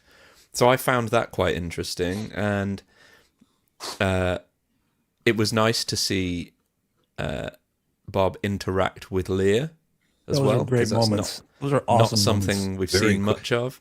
Really weird to watch the two of like, and for people, I'm not going to spoil anything, but basically the scene is hilarious because it's like, it's Bob and John Lear, and Bob is like sitting next to him. He's like, dude, are you serious about like some of the stuff? Come on, John. What the fuck? What the fuck, John? Like, what do you what do you believe here? It's like he falls in love. Serious, John.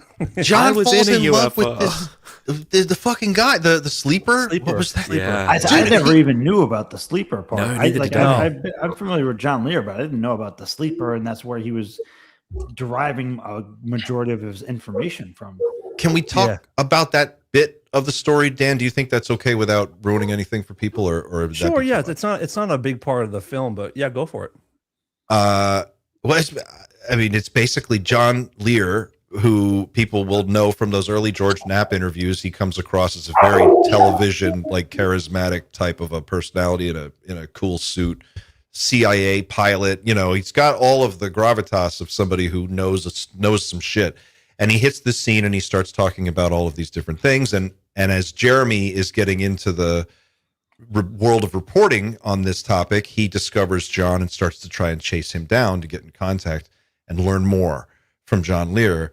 But basically, when he meets John, he finds out that there's a little bit more going on with John than he originally bargained for, and that John had fallen down a rabbit hole on abovetopsecret.com back in like the mid 1990s or something. UFO it was like, OGs all know what Above Top Secret. It was it's a wild website. It was a blast. Good info, some bad info, but a lot of characters on there. Take over. Tell this next part, Dan. What happens with Above Sure. So Top Secret? he kind of connects with this guy who calls himself Sleeper, and Sleeper claims to be like an insider who's feeding John all kinds of secrets and information about aliens and Area 51 and all that kind of stuff. And at one point, he gives John like a ticket, meaning like a safe passage to the other world or to heaven or whatever after he passes away. And John takes it as like, this is an actual Sleeper gave me a real ticket. Like this is a real thing.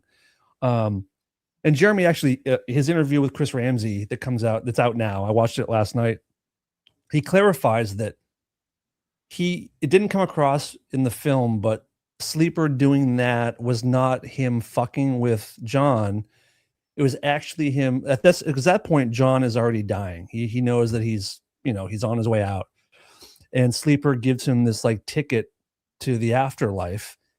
And he wasn't messing with him. It was a way to make him comfortable and to make him feel comforted and to not worry. So it actually was a very sweet thing.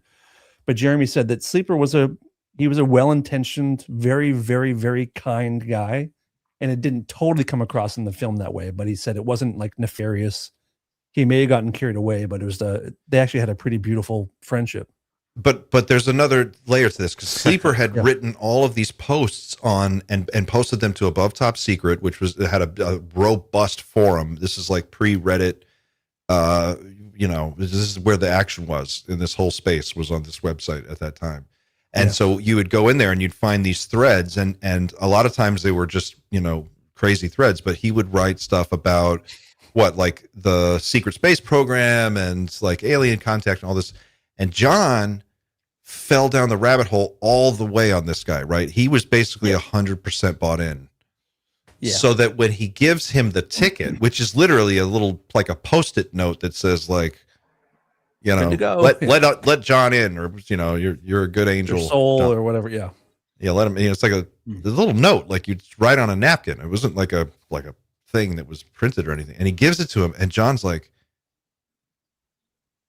this is real. Like this guy knows how the moon was constructed and towed into orbit. 8 billion or 20 billion. It was made on ago. Jupiter and towed to Earth as a guard post. 20 billion years ago. This needs 20 billion years ago is what this needs, regardless of its authenticity. It needs a Dreamland episode to just read it in full. Xander's already scripting it right now. Oh yeah. I don't need to script anything. I can just read that book. And John, so I like John Lear's stuff. I kind of fell down the rabbit hole with him too. And I got to a point where I was like, I started with the George Knapp stuff, very presentable, very digestible, and pretty much basic UFO knowledge now, like your 101 kind of stuff.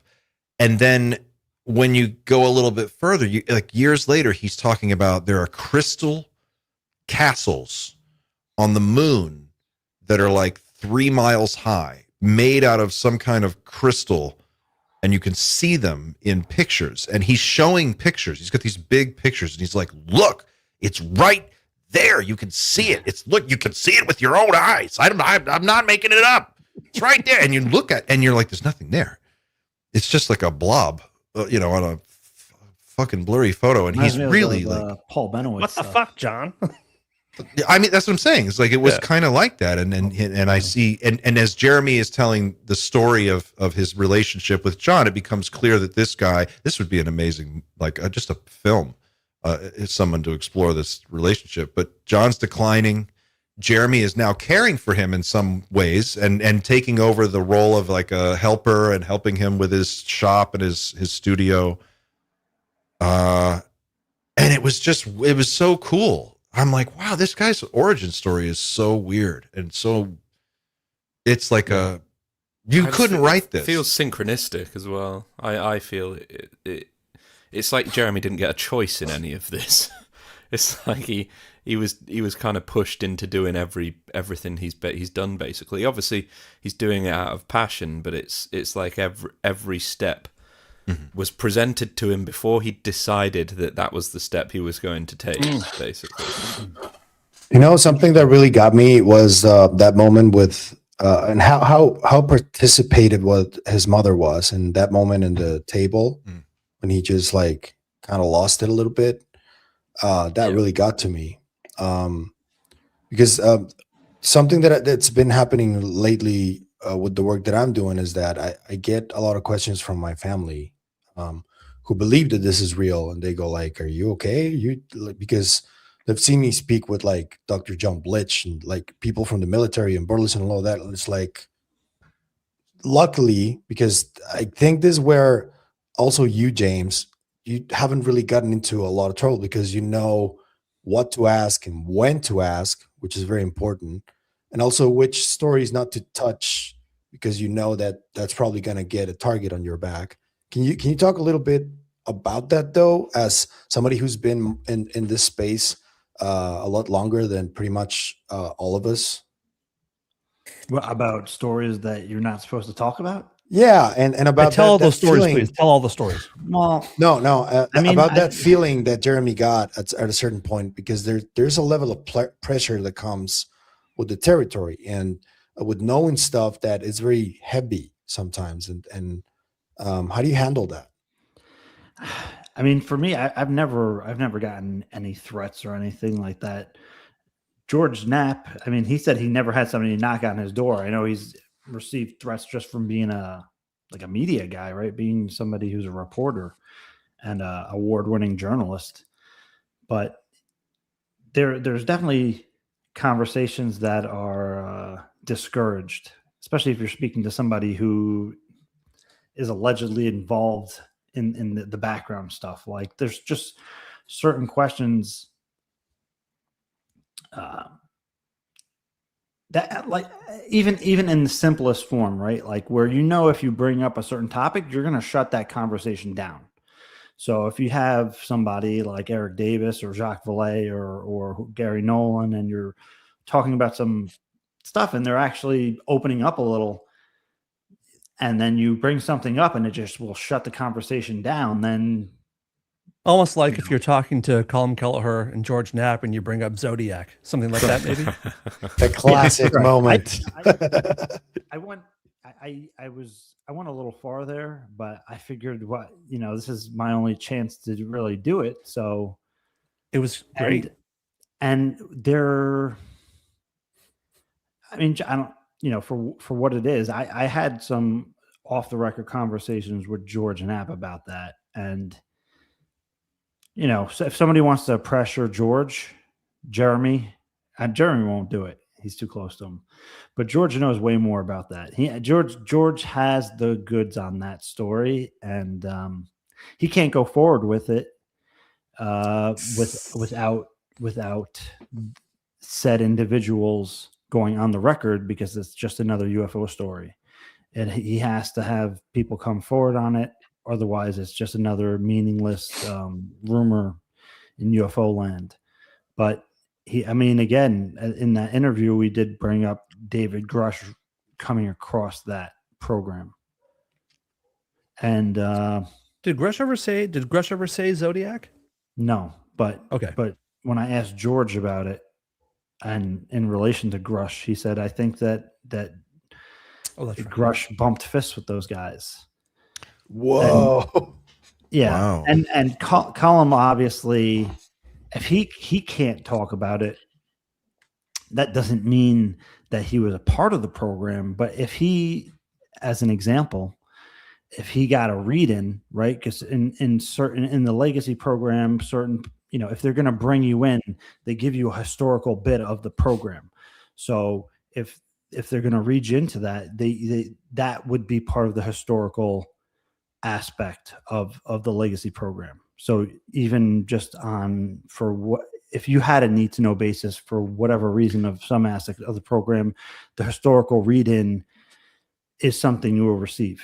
The historical read-in is the same for everyone who gets it. I don't know that. And again, I don't know if there's passage material within that. But there was a guy who tell people what passage material is for people who don't know. Yeah, I mean, even Bob, I don't know if Bob Lazar called it such, but if you're getting a read-in and they give you material, so if you speak about it and there's a certain detail, they can identify you, they can trace it back to you because the passage material is for you. So if you're talking about it, they can identify the source of the leak. So this containers word that Bob uses could be a way. Like it's like putting a dye in your plumbing to see where the leak is. Like you could. I mean, element 115 could have been the passage material. Could have been the number. Just like the Right. number Well, of time that and- humans have had their genetic material altered. It was 65 or 64, and they may have given somebody 30, and then that's all. That's the only thing they need to switch. Well, and what's interesting about the Bob Lazar story is like the whole thing could have been intentionally meant to leak, and the whole red herring to the story was element 115. Even if Bob Lazar took a piece of it, right? Like, is he able to test it to see if it's going to produce the effect? I don't know. But wasn't that cloud chamber test? Wasn't that with his material? It allegedly was, but that, I mean, it could create that effect without being actually element 115. I mean, I don't really know. Has he claimed? Is this? Do you think this is a real claim that he's like he actually has physical possession of this, I believe he or does. is this like an insurance thing where he's like, yeah, maybe I do. He Maybe did I an don't. interview. He said Go ahead, Jim. Sorry. No, he said he had a piece. Like he said that. I wonder if it would be possible to find it. Like, could you find?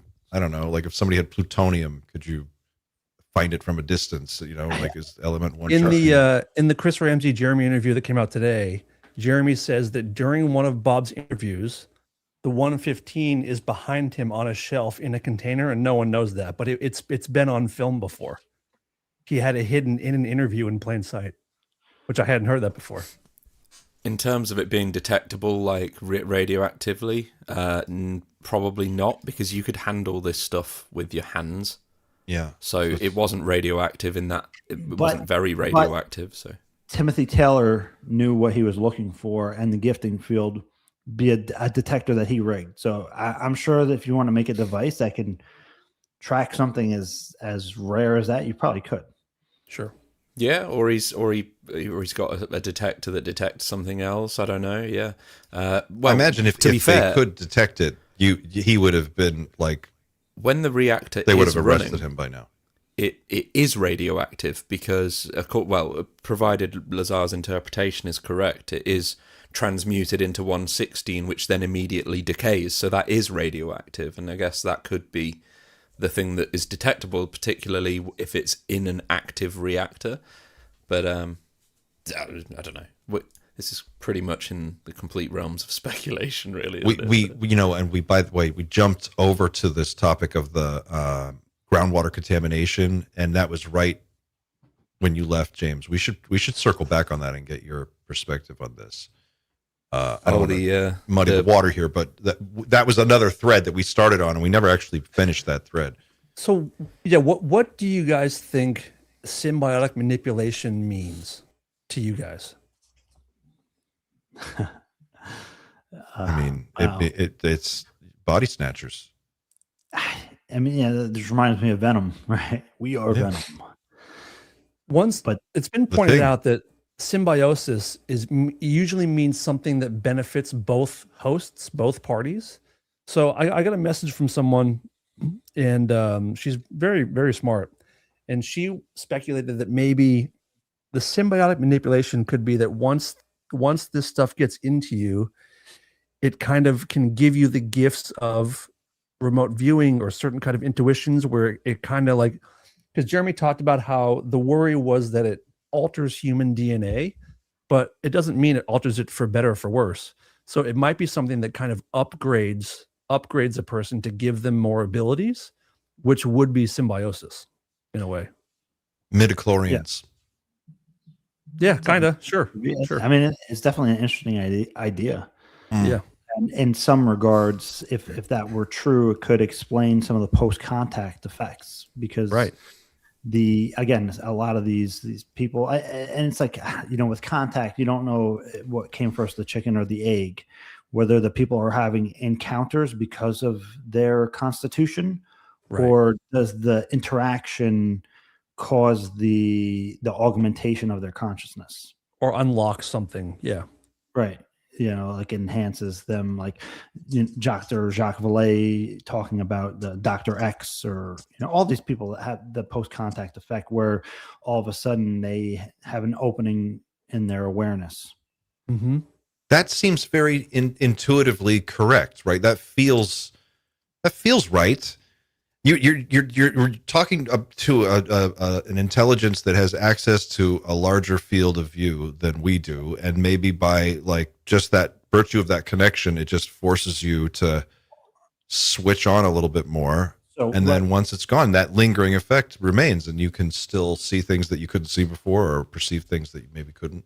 Part of my thinking on that is, there's two ways to look at that I'm thinking of right now. Is that if your aperture is like this, and then because you have an interaction with an advanced intelligence, another part of reality, your aperture all of a sudden becomes like this. Yeah, and that doesn't go away because now you've perceived part of this non-physical reality. Or it was non-physical at the time, but your exposure to it made a greater version of reality visible to you. Yeah, or that's the secret. Then that's why they don't want open contact, because it would make everybody. It would activate everybody. Well, look, I mean, James's story earlier when he had his first kind of experience, and then it became a couple months of like consistent experiences. Correct? Like it happened. You had a bunch in a small period of time. Yeah, but also the other kind of effect that I think is interesting is called entrainment, right? So if they're here and we're here, or in the consciousness, your ability to perceive reality around you, let's say your level of awareness, with entrainment, it's not like this one goes here or this one goes here. With entrainment, they kind of have a medium and they meet in the middle. So in interactions, when you're having contact, it raises your level of awareness to be able to interact. And so you have a new baseline, essentially. Which means it should be theoretically possible to artificially like reproduce that again and again. And you could switch on people. I mean, ask Dr. Dean Radin. If it's that simple. And his nasal spray that he's talking about that can essentially turn on people's psi abilities. Say wait. Say what? Yeah. Please explain. He's working on that. He told me a little bit about it. I'm not sure if they're like on human trials yet, but he's working on something that is a nasal spray. Do we know what the main compound is, or what the main? I asked him. He wouldn't say. No way. I mean, if that is true, Dean Radin is very conservative to begin with. I know he's talking about psychic phenomenon, but if you ever spoken to him or watched him talk, he's very conserved. For him to go out on a limb and say that is because he is concerned greatly for what might happen to him or the research. Yeah. And it was something that really strikes me about him and the research that he does is that he's very, very, very evidence-based. Like he's a scientist. He's written hundreds of papers about this stuff. And when we talked about that, I was like, whoa. So I had heard rumors that probably Dr. Nolan was also involved in something like that, but I don't know if he might be with Dr. Dean Radin specifically, but yeah, he did talk about that. It says here, so I looked this up. It says on one of his articles here, breathe easy, non-invasive gene therapy for anxiety and memory boosting. Is this what you're talking about? Does this sound right? It says, I wouldn't doubt if that's related. The mechanism is gene silencing via a nasal spray. The therapy uses an intranasal delivery system to bypass the blood-brain barrier, a major hurdle in neurological medicine. It targets the HTR2A gene, which encodes the 5-HT2A serotonin receptor. That's what I thought. Oh, yeah. So he made it more public now. I would have done it slightly differently than that, but that's what I was thinking too. Yeah. That works too. I mean, if you want to do it that way, that's fine. I would have done it, but it doesn't matter what I would have done. It says by reducing the number of these receptors in certain brain regions, the therapy appears to stabilize mood and improve cognitive clarity. We could all use a little bit of that. Well, okay. Promising preclinical results in anxiety reduction and memory boost. But the way that Dean Radin was talking about was much more explicit in regards to psi. Yeah. I wonder if I might not be looking at the right paper here. But. No. I mean, don't get ahead of yourself because there might be something. He might be masking it, right? Like you would have to, because you have to, yeah. you have to be able to fund the research, and you can't fund it and say, hey, this is for psychic boosting. You have, just like the way that Dr. Gary Nolan was talking about the spectrum of autism and schizophrenia, right? Like you have to make a baseline science for people to accept it first, and then you put out the greater stuff afterwards, the hypothesis. Cognigenics is developing IRNAI trademark, a precise, non-invasive intranasal RNA interference platform, a platform that delivers programmable therapeutics directly to key areas of the brain to modulate the neural circuits underlying mood, memory, and cognition, supporting lasting brain health and cognitive function across the lifespan. Wow. So they can make custom RNA medicines targeted at your brain function and just like update them. I mean, that sounds like, yeah. Wow, this is this is his website. I didn't know any of this. Yo, Clint, hook us up. Yeah, hook us up, brother. Sorry, I mean, just wow, take over, but this is pretty interesting stuff here. That's directly affecting emotions, chemically, essentially. That's what that does. Well, and it's funny too, because meditation is said to boost psi, which I think that there's something to say for that. And in meditation, you're going to do similar things. You're going to reduce anxiety. You're going to have better control of your mood and emotions. You're going to be able to reduce the noise, right? The noise to signal in the brain. And who else? Who knows what else is going on? Neuroplasticity as well. Yeah, like coherence, a level of coherence. Yeah, but also through, I believe it was Harvard who did a study and said in as little as 2 weeks, the meditation practice was able to alter gray matter, and that's an old Harvard study, and there's been more since. So, have you ever seen that demo that they do, the TM demo, where they have the girl wear the EEG? Oh, and real quick, you said you wanted to do a TM class, and I'm just going to tell you all TM is. When Dr. Stephen Greer teaches a meditation course, he's teaching you TM, because Dr. Stephen Greer used to be a meditation teacher for Maharishi Mahesh Yogi, the founder of TM. Oh, okay. Yeah, I'm sure it's cool to go if you have a structure and you go to the TM course, but all TM is it's a mantra meditation. So if you've ever heard of Dr. Greer's mantra, the one he teaches, he transmits, I received that mantra from him, but he does it publicly too. That's the advanced TM technique. It's more advanced than what the standard TM technique is. Because there's the regular TM, they give you 2 syllables, and that's your mantra. And there was like a kind of scam thing. They found out that they were giving it to everybody based on their birthday, the year and the month they were born. But there's Vedical astrological reasons for that. They didn't just say, hey, just whatever. So I don't think that was disingenuous in that way. But everybody receives their own mantra. They're not allowed to tell anybody what it is.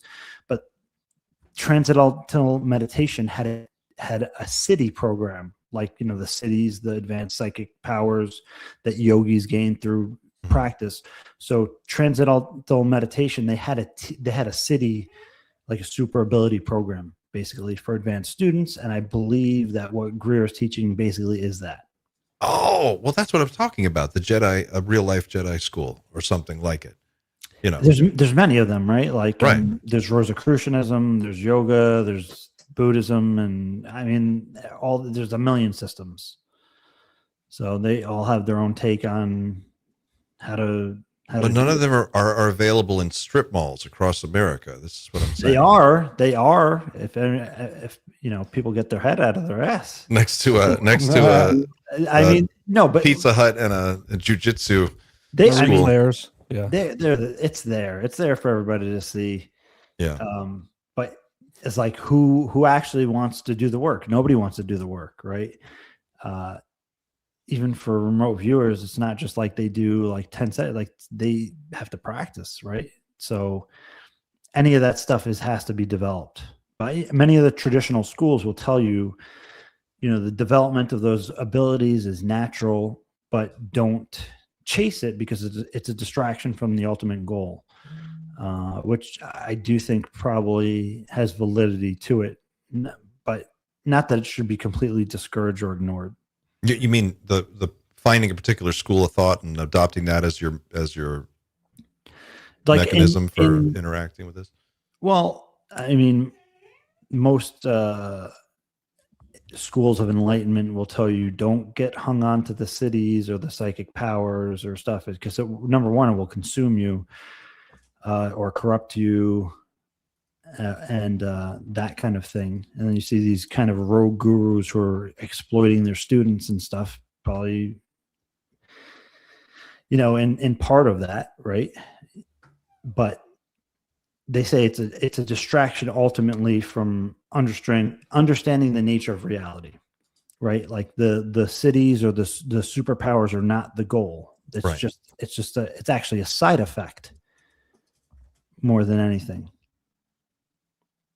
Because if you are consumed by the pursuit of the kind of extra normal abilities, or Dean Radin did a book called Supernormal, excellent book. Then you will be distracted and you'll be taken off course from the true goal of those systems, which is awakening. And that, like, the cities are almost like a perversion. Not their natural ability that everybody has, right?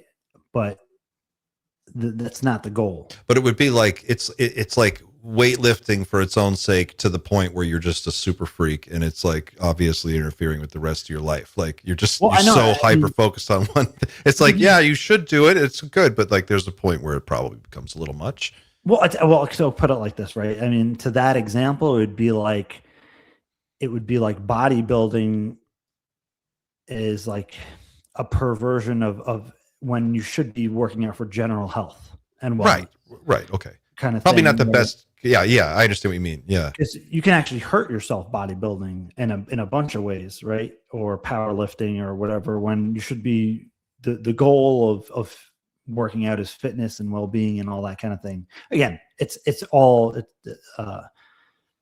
beauty's in the eye of the beholder, right? Sure. So that's a perspective, but that's what those systems teach. And because also, if you're practicing meditation, right, and all of a sudden you open clairaudience, which is psychically hearing maybe disembodied spirit or a non-human intelligence, whatever, demons, right?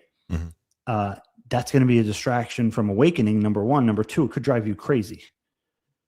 Right? So, or if you start believing the voices or whatever, because let's say that you're practicing advanced meditation and you develop clairaudience, like that, just because you hear something doesn't mean you know what it is. It could tell you it's an angel or whatever, and it's actually misguiding you. Well, I wonder if this is at the heart of kind of the whole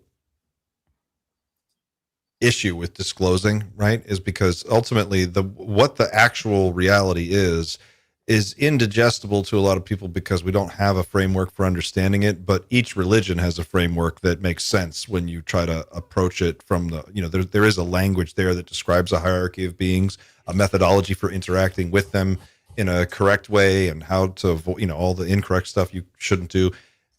Whether or not, the dogma is important, there's a rule set and a guidebook and sort of a roadmap of the larger reality. And maybe in the Western world, we've become so focused on materialism, and we've just lost our language.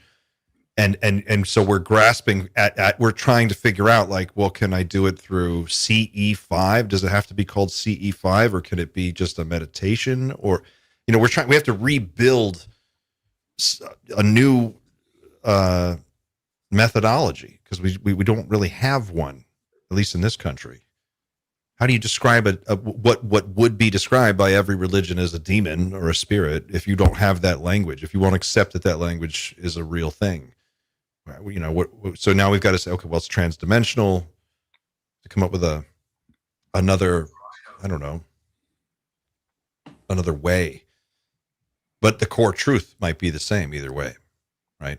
You're meditating enough, you opening up your psi abilities, your aperture gets larger, and suddenly you interact with a larger reality. And that's really what it is. And if they were to allow that to happen at a mass scale, then they really open the can of worms. They would never be able to close it again. I mean, I think we're headed in that way regardless. And I really like the idea of the 100th monkey effect. Mm-hmm. And that, you know, when people start developing abilities, it comes online for other people non-locally. Right. And I think that's totally the truth. And I think you can't stop evolution. I think this is a natural part of our evolution. Some people are getting there a little faster for whatever reason. Some people are just born, I don't know, you can, you know, just like inclined in that way. Others are just coming on board. Other people have awakening experiences. But I think that people are going to evolve to that point regardless. And with everything going on right now, you know, let's say with the collective consciousness, I think it's just like a matter of time now. It's kind of ridiculous. Do you think it's an imminent, do you think there's some imminent thing that's going to be a real serious game changer in the next few years?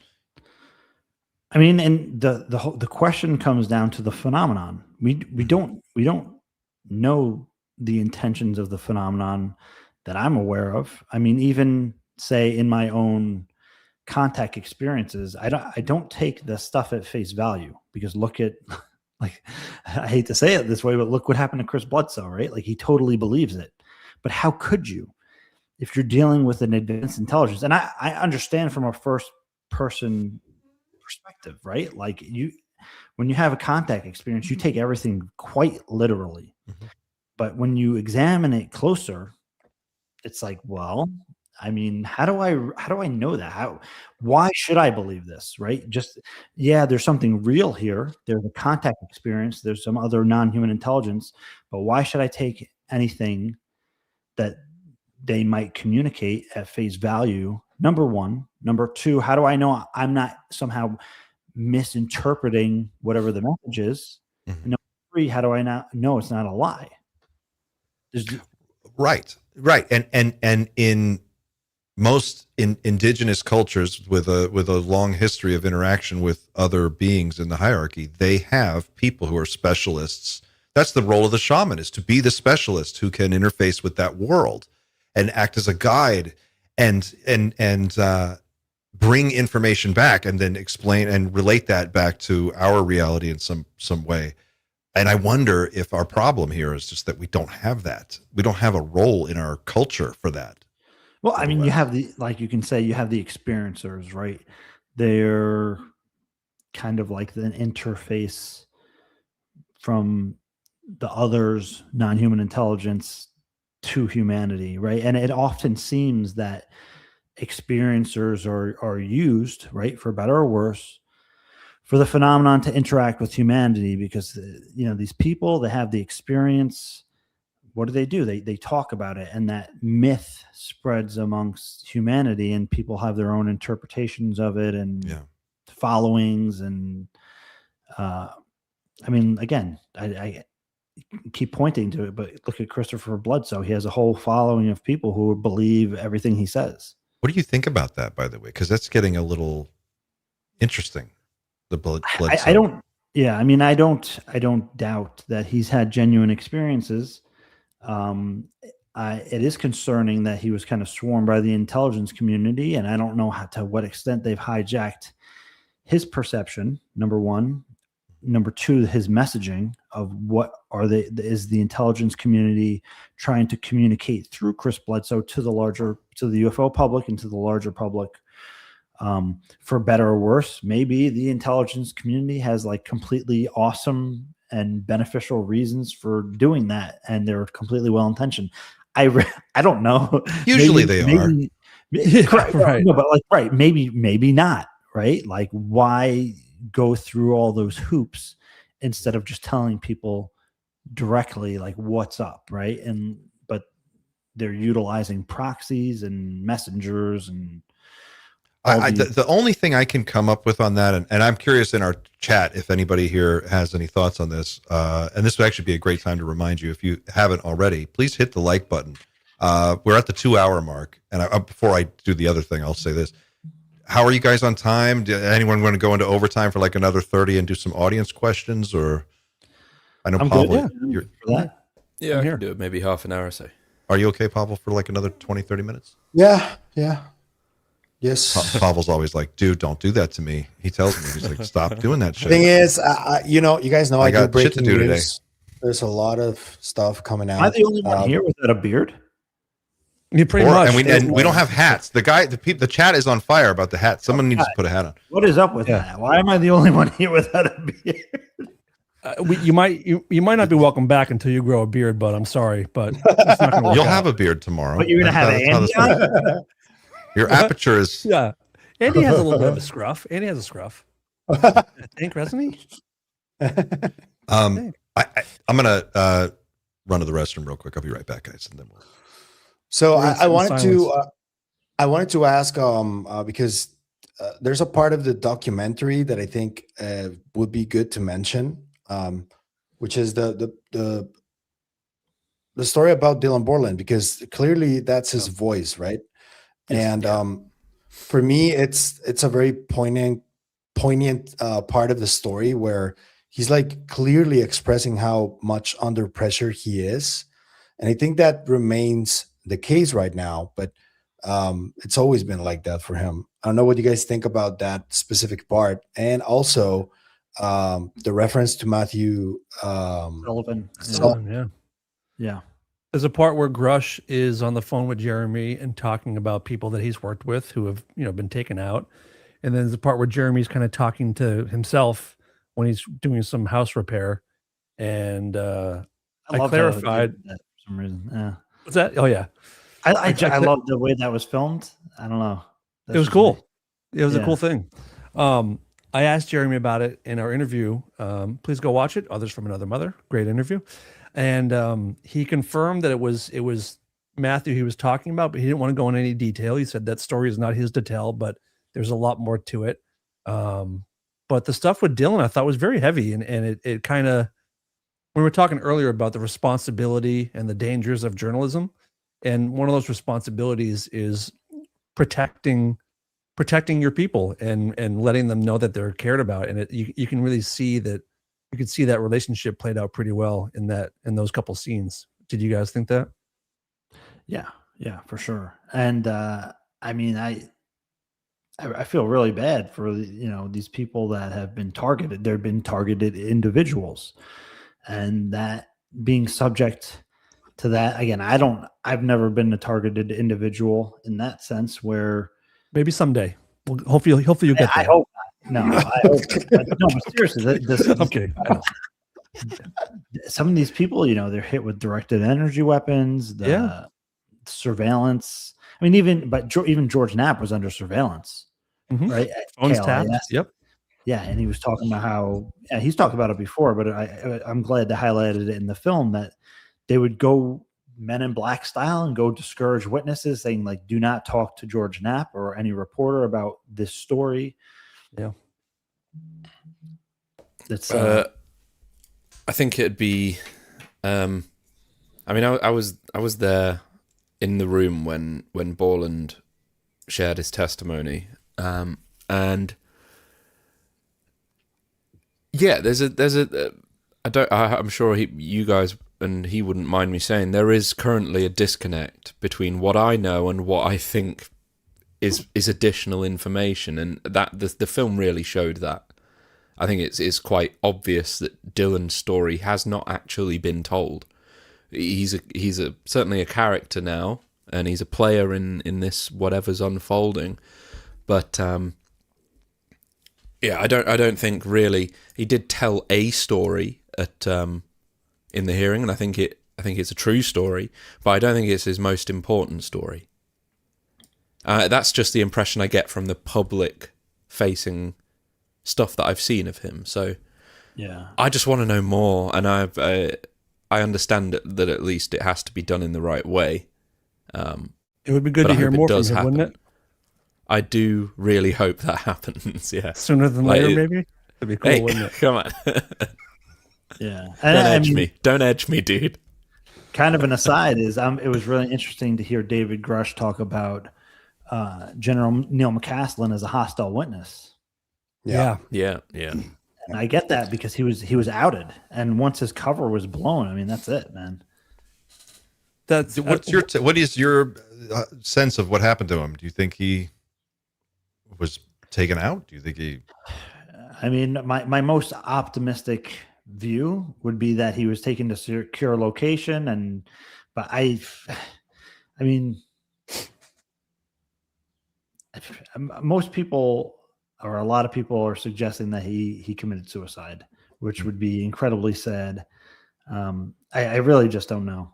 I mean, it's easy to fall into the mindset that he was taken out, and there'd be good reason, either for him to be taken or taken out just because of his credentials. Forget about the UFO stuff.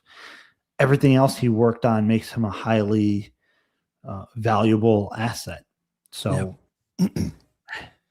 yeah, I don't know. How would you even know? I know I keep referencing the Ramsey Corbell interview, but in that, Jeremy said that his opinion is that he was murdered. He's sure of it, it seems like, and that's also based on conversations with people who might know. So that I was surprised to hear him kind of go on record and say that, but he's very confident that yeah. I mean, that's a damn shame. It really is, and it's fucked up, and that's the kind of stuff that just can't happen in anywhere. Was Jeremy suggesting or implying that it was the legacy program? He didn't say, but I mean, one would assume, right? I don't know. I guess I don't know. I wouldn't assume. Maybe we shouldn't assume, but he just feels very confident, like highly confident, that he was murdered based on conversations that he's had with people that seems like they would have much more information than Jeremy would. Yeah, because I from what I understand, when you enter an unacknowledged special access program, part of the deal is they say if you ever talk about this program, this bullet has your name on it. Yeah, it's understood, right? No, and it's demonstrated. They have a bullet there that they show you. Whoa! So literally, this is your bullet. This one's for you. Shitty. Yeah. Like, come on, guys, really? I mean, it's an effective tool. It would work. I mean, there was. I'm worried about the one that says "to whom it may concern." I think all the rest of them say that. But man, there was a guy who was on UFO Twitter or X, whatever you want to call it, back a while ago, and he was not too vote. He entered one space, and he was allegedly an insider, and he knew people that were read into the legacy program, again, allegedly, and this person seemed highly credible to me. I spoke to him, and I mean, he said that people brought into that read-in like leave in tears. Look at this guy.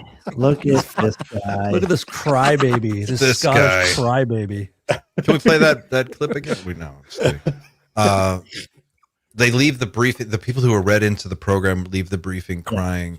So like, according to the source, the Tom DeLonge or the Jim Semivan thing, where Jim Semivan got the long read-in and he was up for 3 nights, just the same way Tom DeLonge tells the story. That's like that's like not the legacy program read-in. That's like the general. That's like the general baseline read-in to like, okay, this is the UFO thing. It's not the legacy program read-in. So even that one is whatever, highly disturbing for whatever reason. And again, speculation here.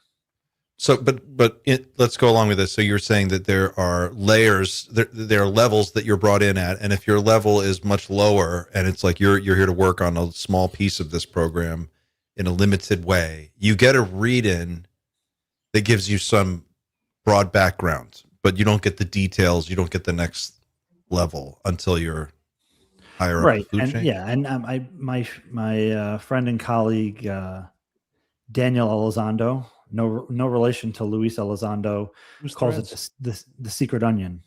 Yeah, love Daniel. Loose threads. Yeah, The secret onion. Yeah, he's the current generational Richard Dolan. I jokingly say to push him into the spot. He's one of the most cerebral people in ufology, I would say. He has some really in-depth takes on it. Daniel Elizondo is a genius. Yeah. But I want to stay with this onion thing. At the higher level, you say, is where people come out in tears. That's based on what you've heard. Correct. Right? Oh, I want to know so bad. Well, who knows? I mean, who process knows of elimination. What could it be? Is true. Sure, that's true. Yep. You know, who knows? I like if I'm thinking of the most disturbing thing is that, like, okay, humans are cattle kind of thing. That's probably the most disturbing thing. The government made secret agreements to allow abductions to occur in return for technology from, say, like one group of non-human intelligences, species, at least.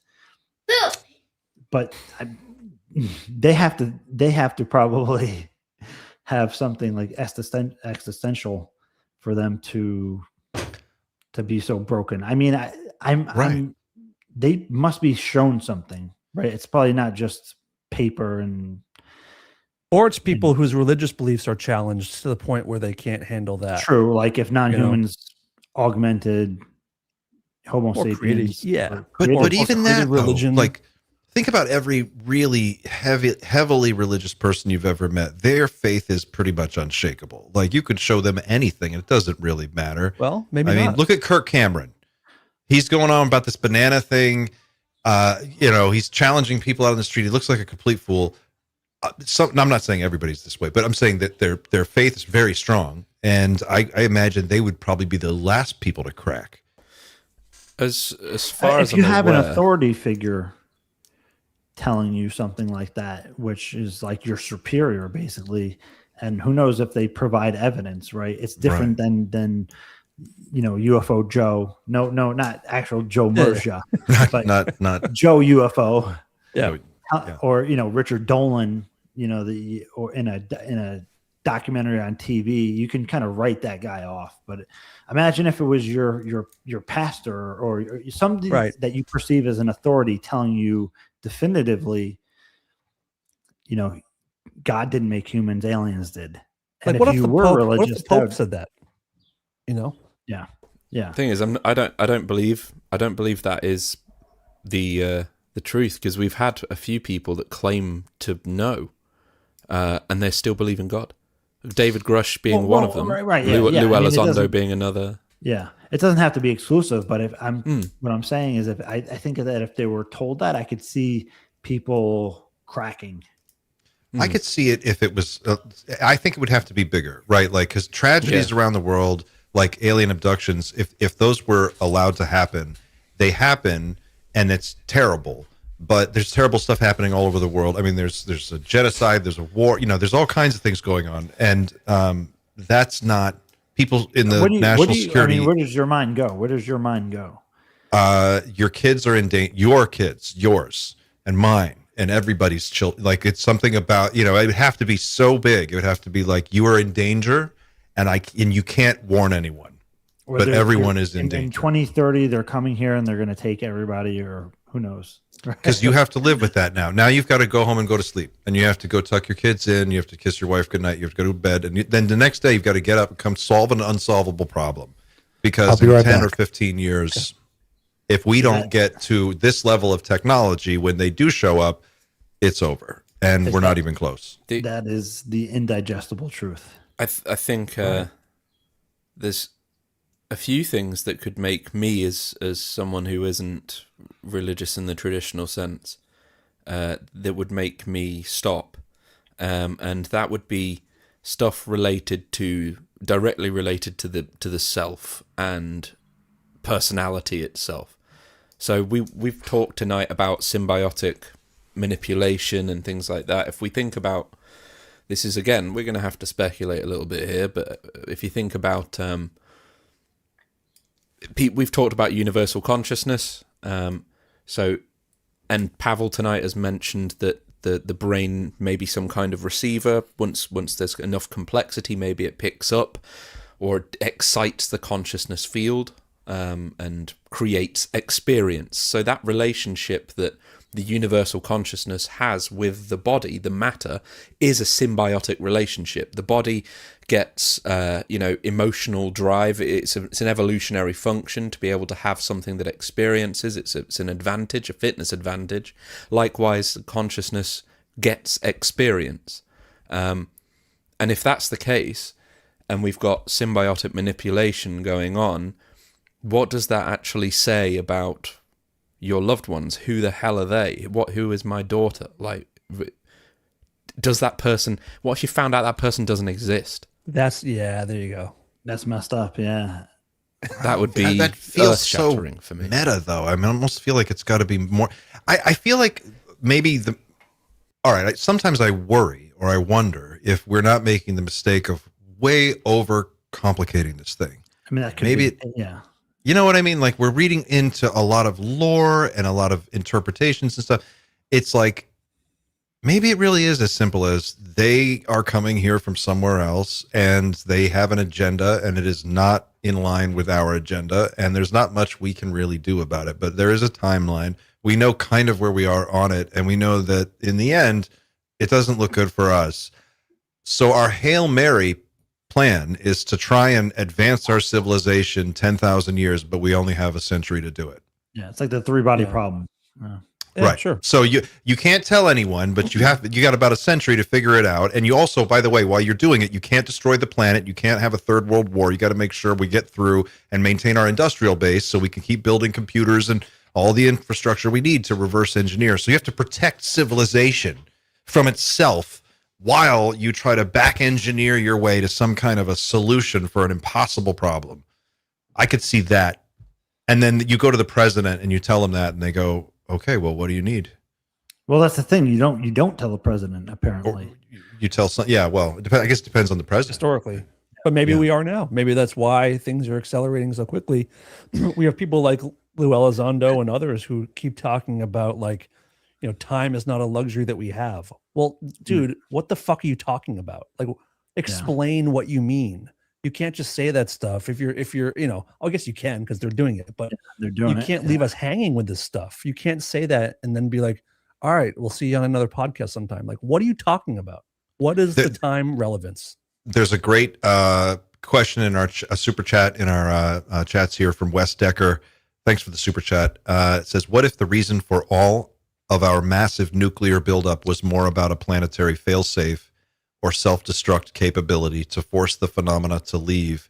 Captain Kirk diplomacy. I love Captain Kirk diplomacy. It's effective 100% of the time. We will blow this planet the fuck up. We don't give a fuck. E.T. Watch this shit. Like, I like that. We'll burn the bitch right down to the ground. We don't care. No, I think Miles the nuclear Dyson. capability is something that is part of this equation, because obviously the observation, surveillance but they've allegedly shown the ability to turn them on and off. But I do think that there's something about the nuclear capability that could make things difficult for non-human intelligence for whatever reason. And this goes back to the Starfish Prime story that Tom DeLonge would tell, that the EMP from a nuke has the ability to not only neutralize their cloaking capability, but just to take them out altogether. And I do think that that is true. I think that however powerful they are, when you rip reality apart, that it will mess them up. I do think that part of Tom DeLonge's story is true. So we are like apes that figured out how to use a machine gun. Yeah. Or we were apes who figured out how to use dynamite, and we can kill them. And Or we fire. know, and we know we can. We've now realized we can kill them. We can shoot their shit down. We can disable their technology, and they know we know. But we're in a stalemate because they're here. and we hold the keys to the nuclear arsenal. Maybe they can turn them off, but not all at once and not all the time. I don't know. Yeah, we hear also. Go ahead, James. No, I was just gonna say I do think there's something to that. That would be hard to. That would be tough. Like, we can defeat them, but it means we reset civilization 400 years. Jesus. I mean, nobody wins in that Doom meter, and maybe that's the point. No, secret space program wins because they come back and now they've got all the technology. They take over, establish a new world government with their technology after everything else is destroyed. That would be, if I was writing a Blue Beam kind of a thing, I could see that scenario. Yeah, but I don't like that. But the thing that always gets me about those kind of theories, not the Blue Beam, but the nuclear thing, is like, well, why would they wait for us to keep evolving our infrastructure and weapons? Like, why wouldn't they have done whatever they wanted to do when they saw the first atomic bomb go off? Be like, we need to shut this shit down now. Maybe they have. I mean, there's been claims that people have tried to fire nukes. I mean, it's blown my mind that we haven't had another nuke set off on this planet since 1945. Like, no one has tried. No one has done it. That's crazy to me. So maybe we have been stopped, and maybe they don't interfere because maybe they're hoping that maybe we are being studied, and maybe we are an experiment, and maybe they're not getting involved because they're hoping that we figure it out on our own, and that we grow up on our own. To some extent on that, I do think that they have some kind of interest or vested interest in us. Definitely. I don't know what that is, but they clearly could have wiped out humanity, but for some reason it seems that they don't mind us being here. For now, at least, for now. But if they wanted to extinguish us and not destroy the planet, they could, right? Yes. You just unleash some kind of alien virus or whatever, yes. and we're done. Sure. Look at Doom meters at 10. We hit 10, guys.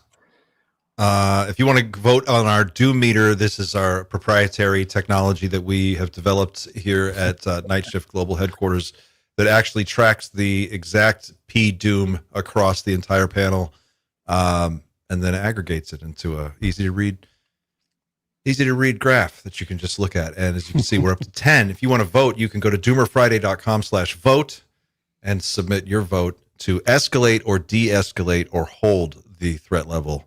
We're at Doom Factor 10.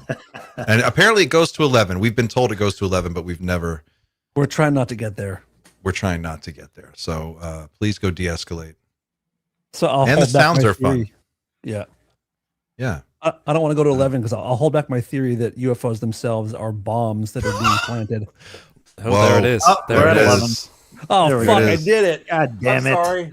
You did it. I didn't mean to. Well, we've gone all Spinal Tap. Oh, wow. There we go. Amazing. Whoa. What was that? It's a heartbeat. It sounds like beginning to a point of convergence, didn't it? Wow. Yeah, it's got to be bad. It's got to be bad if people are crying. And it's got and to keep it so secret, I mean, the absolute total push for secrecy. Why else would there be stories about Russians working at Area 51 during the height of the Cold War? That seems a little hard to believe. Yeah. What if the whole point is for to keep it secret so they don't know our capabilities? I don't know. Right. That's what Tom DeLonge was saying, that we were hiding our advancements from non-human intelligence. To me, that sounds like a little ludicrous, because if China can hack us and find out what we're doing, why couldn't non-human intelligence, when likely they created, we're basing our computing technology on the integrated circuit that they provided us.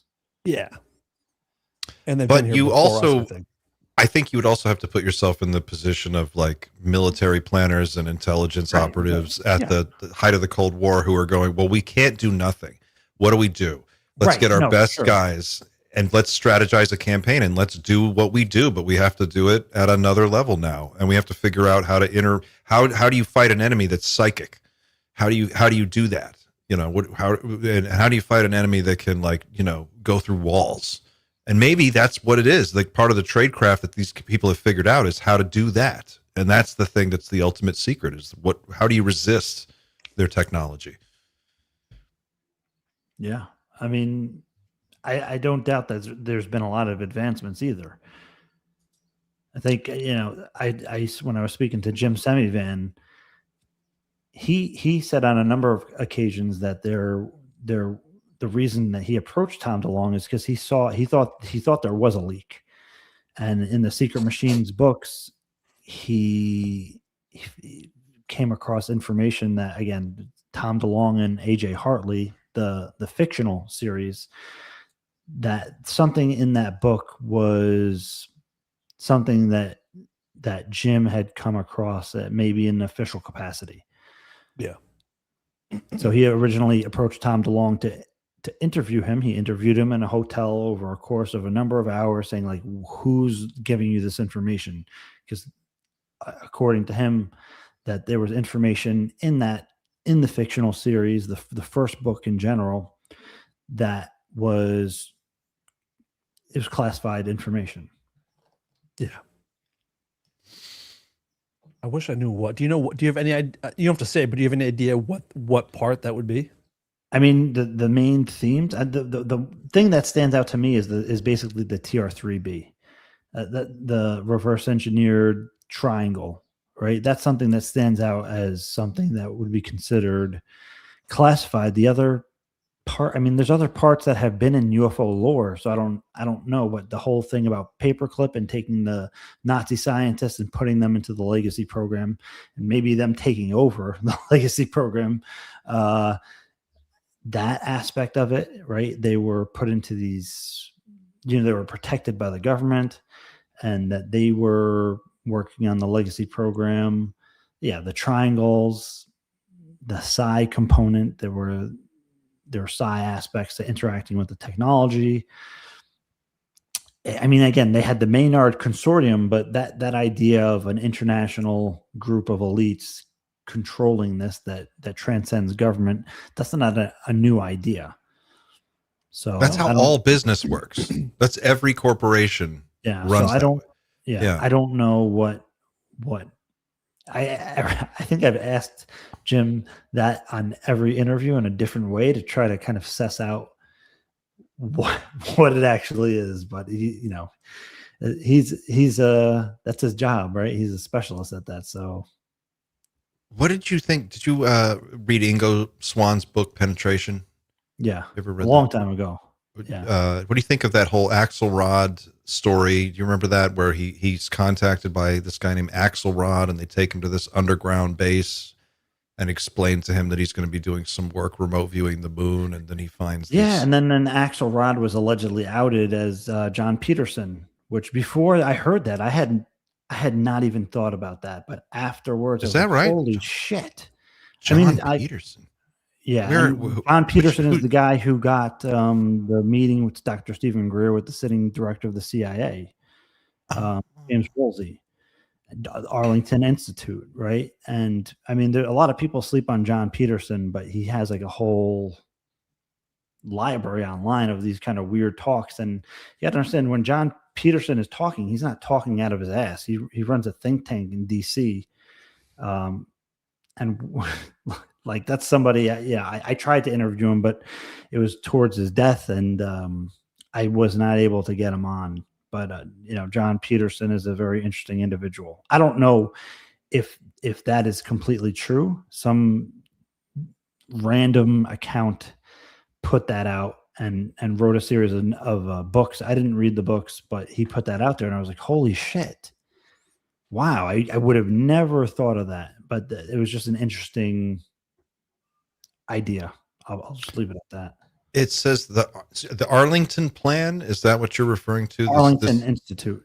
John Peterson, the Arlington Institute. Yeah, it says, according to testimony from former HUD official Catherine Austin Fitz, who served on the Institute's advisory board from 1998 to 2000, Peterson asked her to help formulate a high-level strategic project. Fitz claimed that the purpose of this plan intended for the Deputy Secretary of the Navy was to prepare the military for the reality of extraterrestrial life. I mean, John Peterson, I don't know why people have not picked up on this stuff, but like, so Greg Braden is like, I don't want to say he's a new age guy. Maybe John. Yeah. Greg Braden. Yeah. I know. I love his work. So he has a excellent work on consciousness, but also from a scientific perspective.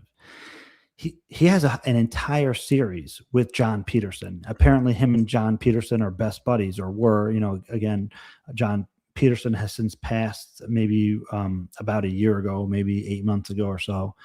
But like Greg Braden he would never talk about UFOs, right? Like maybe if you caught him like behind the scenes somewhere, but publicly he didn't have a conversation on UFOs and disclosure until starting with the 2017 stuff, really. And then boldly speaking more and more after that. But in the last few years, like Greg Braden's given some talk on consciousness and all this. And then he starts talking about artifacts on the moon that are millions of years old that have human-like languages. That's like Sanskrit and ancient Greek. Not exactly, but they're human-based languages. And it's like he's talking about Antarctica and all this crazy shit. But like, I would bet my money that that stuff is coming from John Peterson, right? Like I'd bet anything. John Peterson is also best buds with Hal Puthoff and that whole clique. Like John Peterson has some inside knowledge. It says his institute, which historically maintained a client list including the U.S. Navy, Air Force, and Marine Corps, hosted alternative speakers. In May 2001, Peterson famously introduced fringe researcher Neil Freer to an audience containing uniformed U.S. military personnel. Freer's presentation suggested human civilizations were historically manipulated by ancient alien gods, and Catherine Austin Fitz publicly stated that she was once offered a meeting to be introduced to an actual alien through this institute connection. Yeah. So, but it's important to say that just because people have insider knowledge or are inside these circles of the onion, right, so to say, doesn't mean they don't have their own crazy beliefs. I don't mean crazy, but like you start compartmentalizing yourself from consensus reality and you get into these reality tunnels and you end up like John Lear, right? It's a historic lesson. So all of these guys in the Invisible College and the Fight Club and subsequent layers getting deeper and deeper to the core secrets. I mean, that doesn't mean they have a more accurate picture of reality necessarily. They have access to certain knowledge we might not, but that because the information is not consensus, you have like a group of a echo chamber all talking about this stuff instead of it being under the scrutiny of the entire public, who it's crazy, right? Like, nowadays, right? If you want to solve a fucking problem, put it on Twitter, right? Like you have these UFO videos, the government can't figure it out, and like some random account on X will figure it out in like 10 minutes. Yeah. Not that their conclusions are always correct, but like they're always fun. The collective consciousness is our best asset. So like, why would we not put our best minds to everything instead of having it? And that's the problem also with the compartmentalization that Lou Elizondo and Hal Puthoff and Eric Davis have all talked about, is that it's so siloed that we're treading dirt here. Because if you had more people working on it, we can actually make better breakthroughs. Where it's like, again, Bob We're stifling Lazar. progress. Yeah, Bob Lazar talks about the same problem. Like, what the hell? And It's just him and Barry. That's Correct. it. On the whole reactor team, it's just those two guys. There's no one else. Relying Like, on Bob and Barry. Yeah. Bob and Barry. And he's like, Barry, do you know? I don't know. Well, and that was What do you know? that was kind of like the genuine criticism of Eric Weinstein, is that like, why is it run this way? This is stupid, right? Yep. And Eric Davis is just like, that's how they do it. And I don't doubt that what Eric Davis is saying to be the truth as he knows it. And that's probably, that makes perfect sense. Real quick, last question. I just want to throw this out there because it was a super chat that came through earlier, and it says, with an open mind, this is from Jason or double O Jason double O. With an open mind, has anyone considered Michael Heiser? Jason. Michael Jason, Heiser, PhD theological view on the council, fallen, and gods of other nations, how this corresponds with the phenomenon that we are trapped by forces not allowed to hurt us. Does that... I'm not following this exactly. Like a quarantine. I've heard this from Dr. Stephen Greer as the quarantine. Basically, we're kind of trapped on this planet, even though we have reverse engineered technology and we're able to go out in space. We're like constantly followed and monitored by non-human intelligence. And in the same token, again, this is Dr. Stephen Greer's claim, which he does a lot of the time have some of the best information that's 30 years ahead of most. Like, just for context, like nobody was talking about special access programs until Stephen Greer was talking about unacknowledged special access programs in the 1990s. That was not brought up again until Tom DeLonge came out and Christopher Mellon and Luisa Elizondo. Before that, it was not discussed. Only Stephen Greer was talking about that because why? Because he had people from unacknowledged special access programs coming to him. And I don't know how on the record it is, right? But I'll just say his military advisor was somebody who had his own unacknowledged special access program, not relating to UFOs, but relating to the Navy. So the guy knows how those programs operate. And that's why Stephen Greer had everything so on point with that, because he had somebody who ran a legitimate USAP tell him the architecture of how it's run. I don't want Pavel knows who I'm talking about. But yeah, so this quarantine idea is that we actually do have reverse engineered technology, but we can't go out into the greater deep space with it because number one, we can't mess with them, the others, but number two, because we're being protected from other non-human intelligence groups from interfering with us. There's already a limited place where we can go in terms of like the moon. That's like, and even going there has been problematic in the past. Right. Wow. A lot to think about.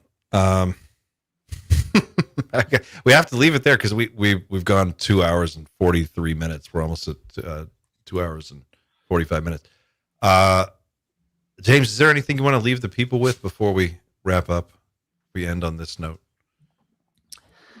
Yeah, I mean, to leave people with, I mean,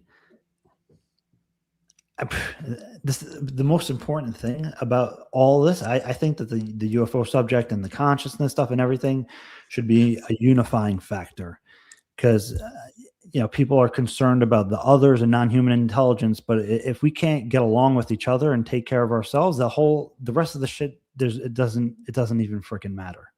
Right? So just be cool, man. Be a good person. Otherwise, I mean, it'll just extrapolate to, like, if we can't take care of ourselves, the disclosure is not going to mean shit, except it's going to tear us apart. So that our first priority should be, humanity, right? Like other humans. Take care of each other. Preach. Yeah, man. Otherwise, none of this means a goddamn thing.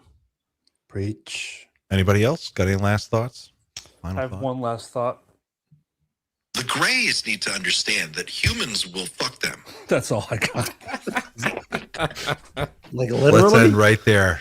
You're really pissed on the message there at the end. It's my job. Cut after James said his beautiful thing. Cut the show after that because I ruined it. That was No, James, what you said, I think what you said was beautiful. Yeah, that's right. be excellent to each other. Yeah, don't, you know, I mean, a lot of people are tearing each other down. It's like, man, I guess be a dick. It's in human nature. None of us are above it, really, but like putting things into perspective, if there are others there, whether they're good or bad or whatever, we need to move forward with our best foot, right? I agree. And if we do start interacting more, to not be defensive, trying to be welcoming and open is the best way to start that communication if it gets a little bit more serious. Yeah. Be the best human you can be. There you go. Yeah. All right. The new slogan for the night shift.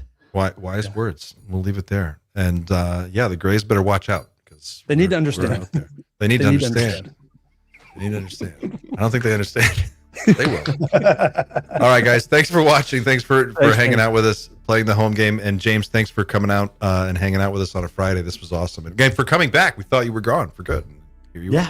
No, it was great to talk, guys. Yeah, we bumped Andy again. We were like, Andy, come on. And then you came back. Sorry. We'll see you in a week.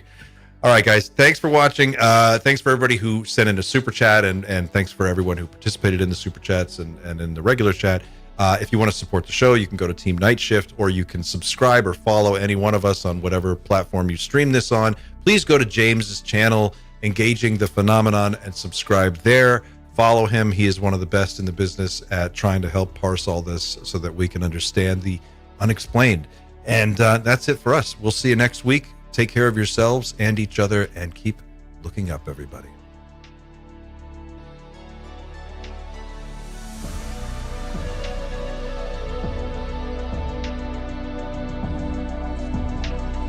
I do declare, bastards. Yeah, no, that's fine. Don't worry about it.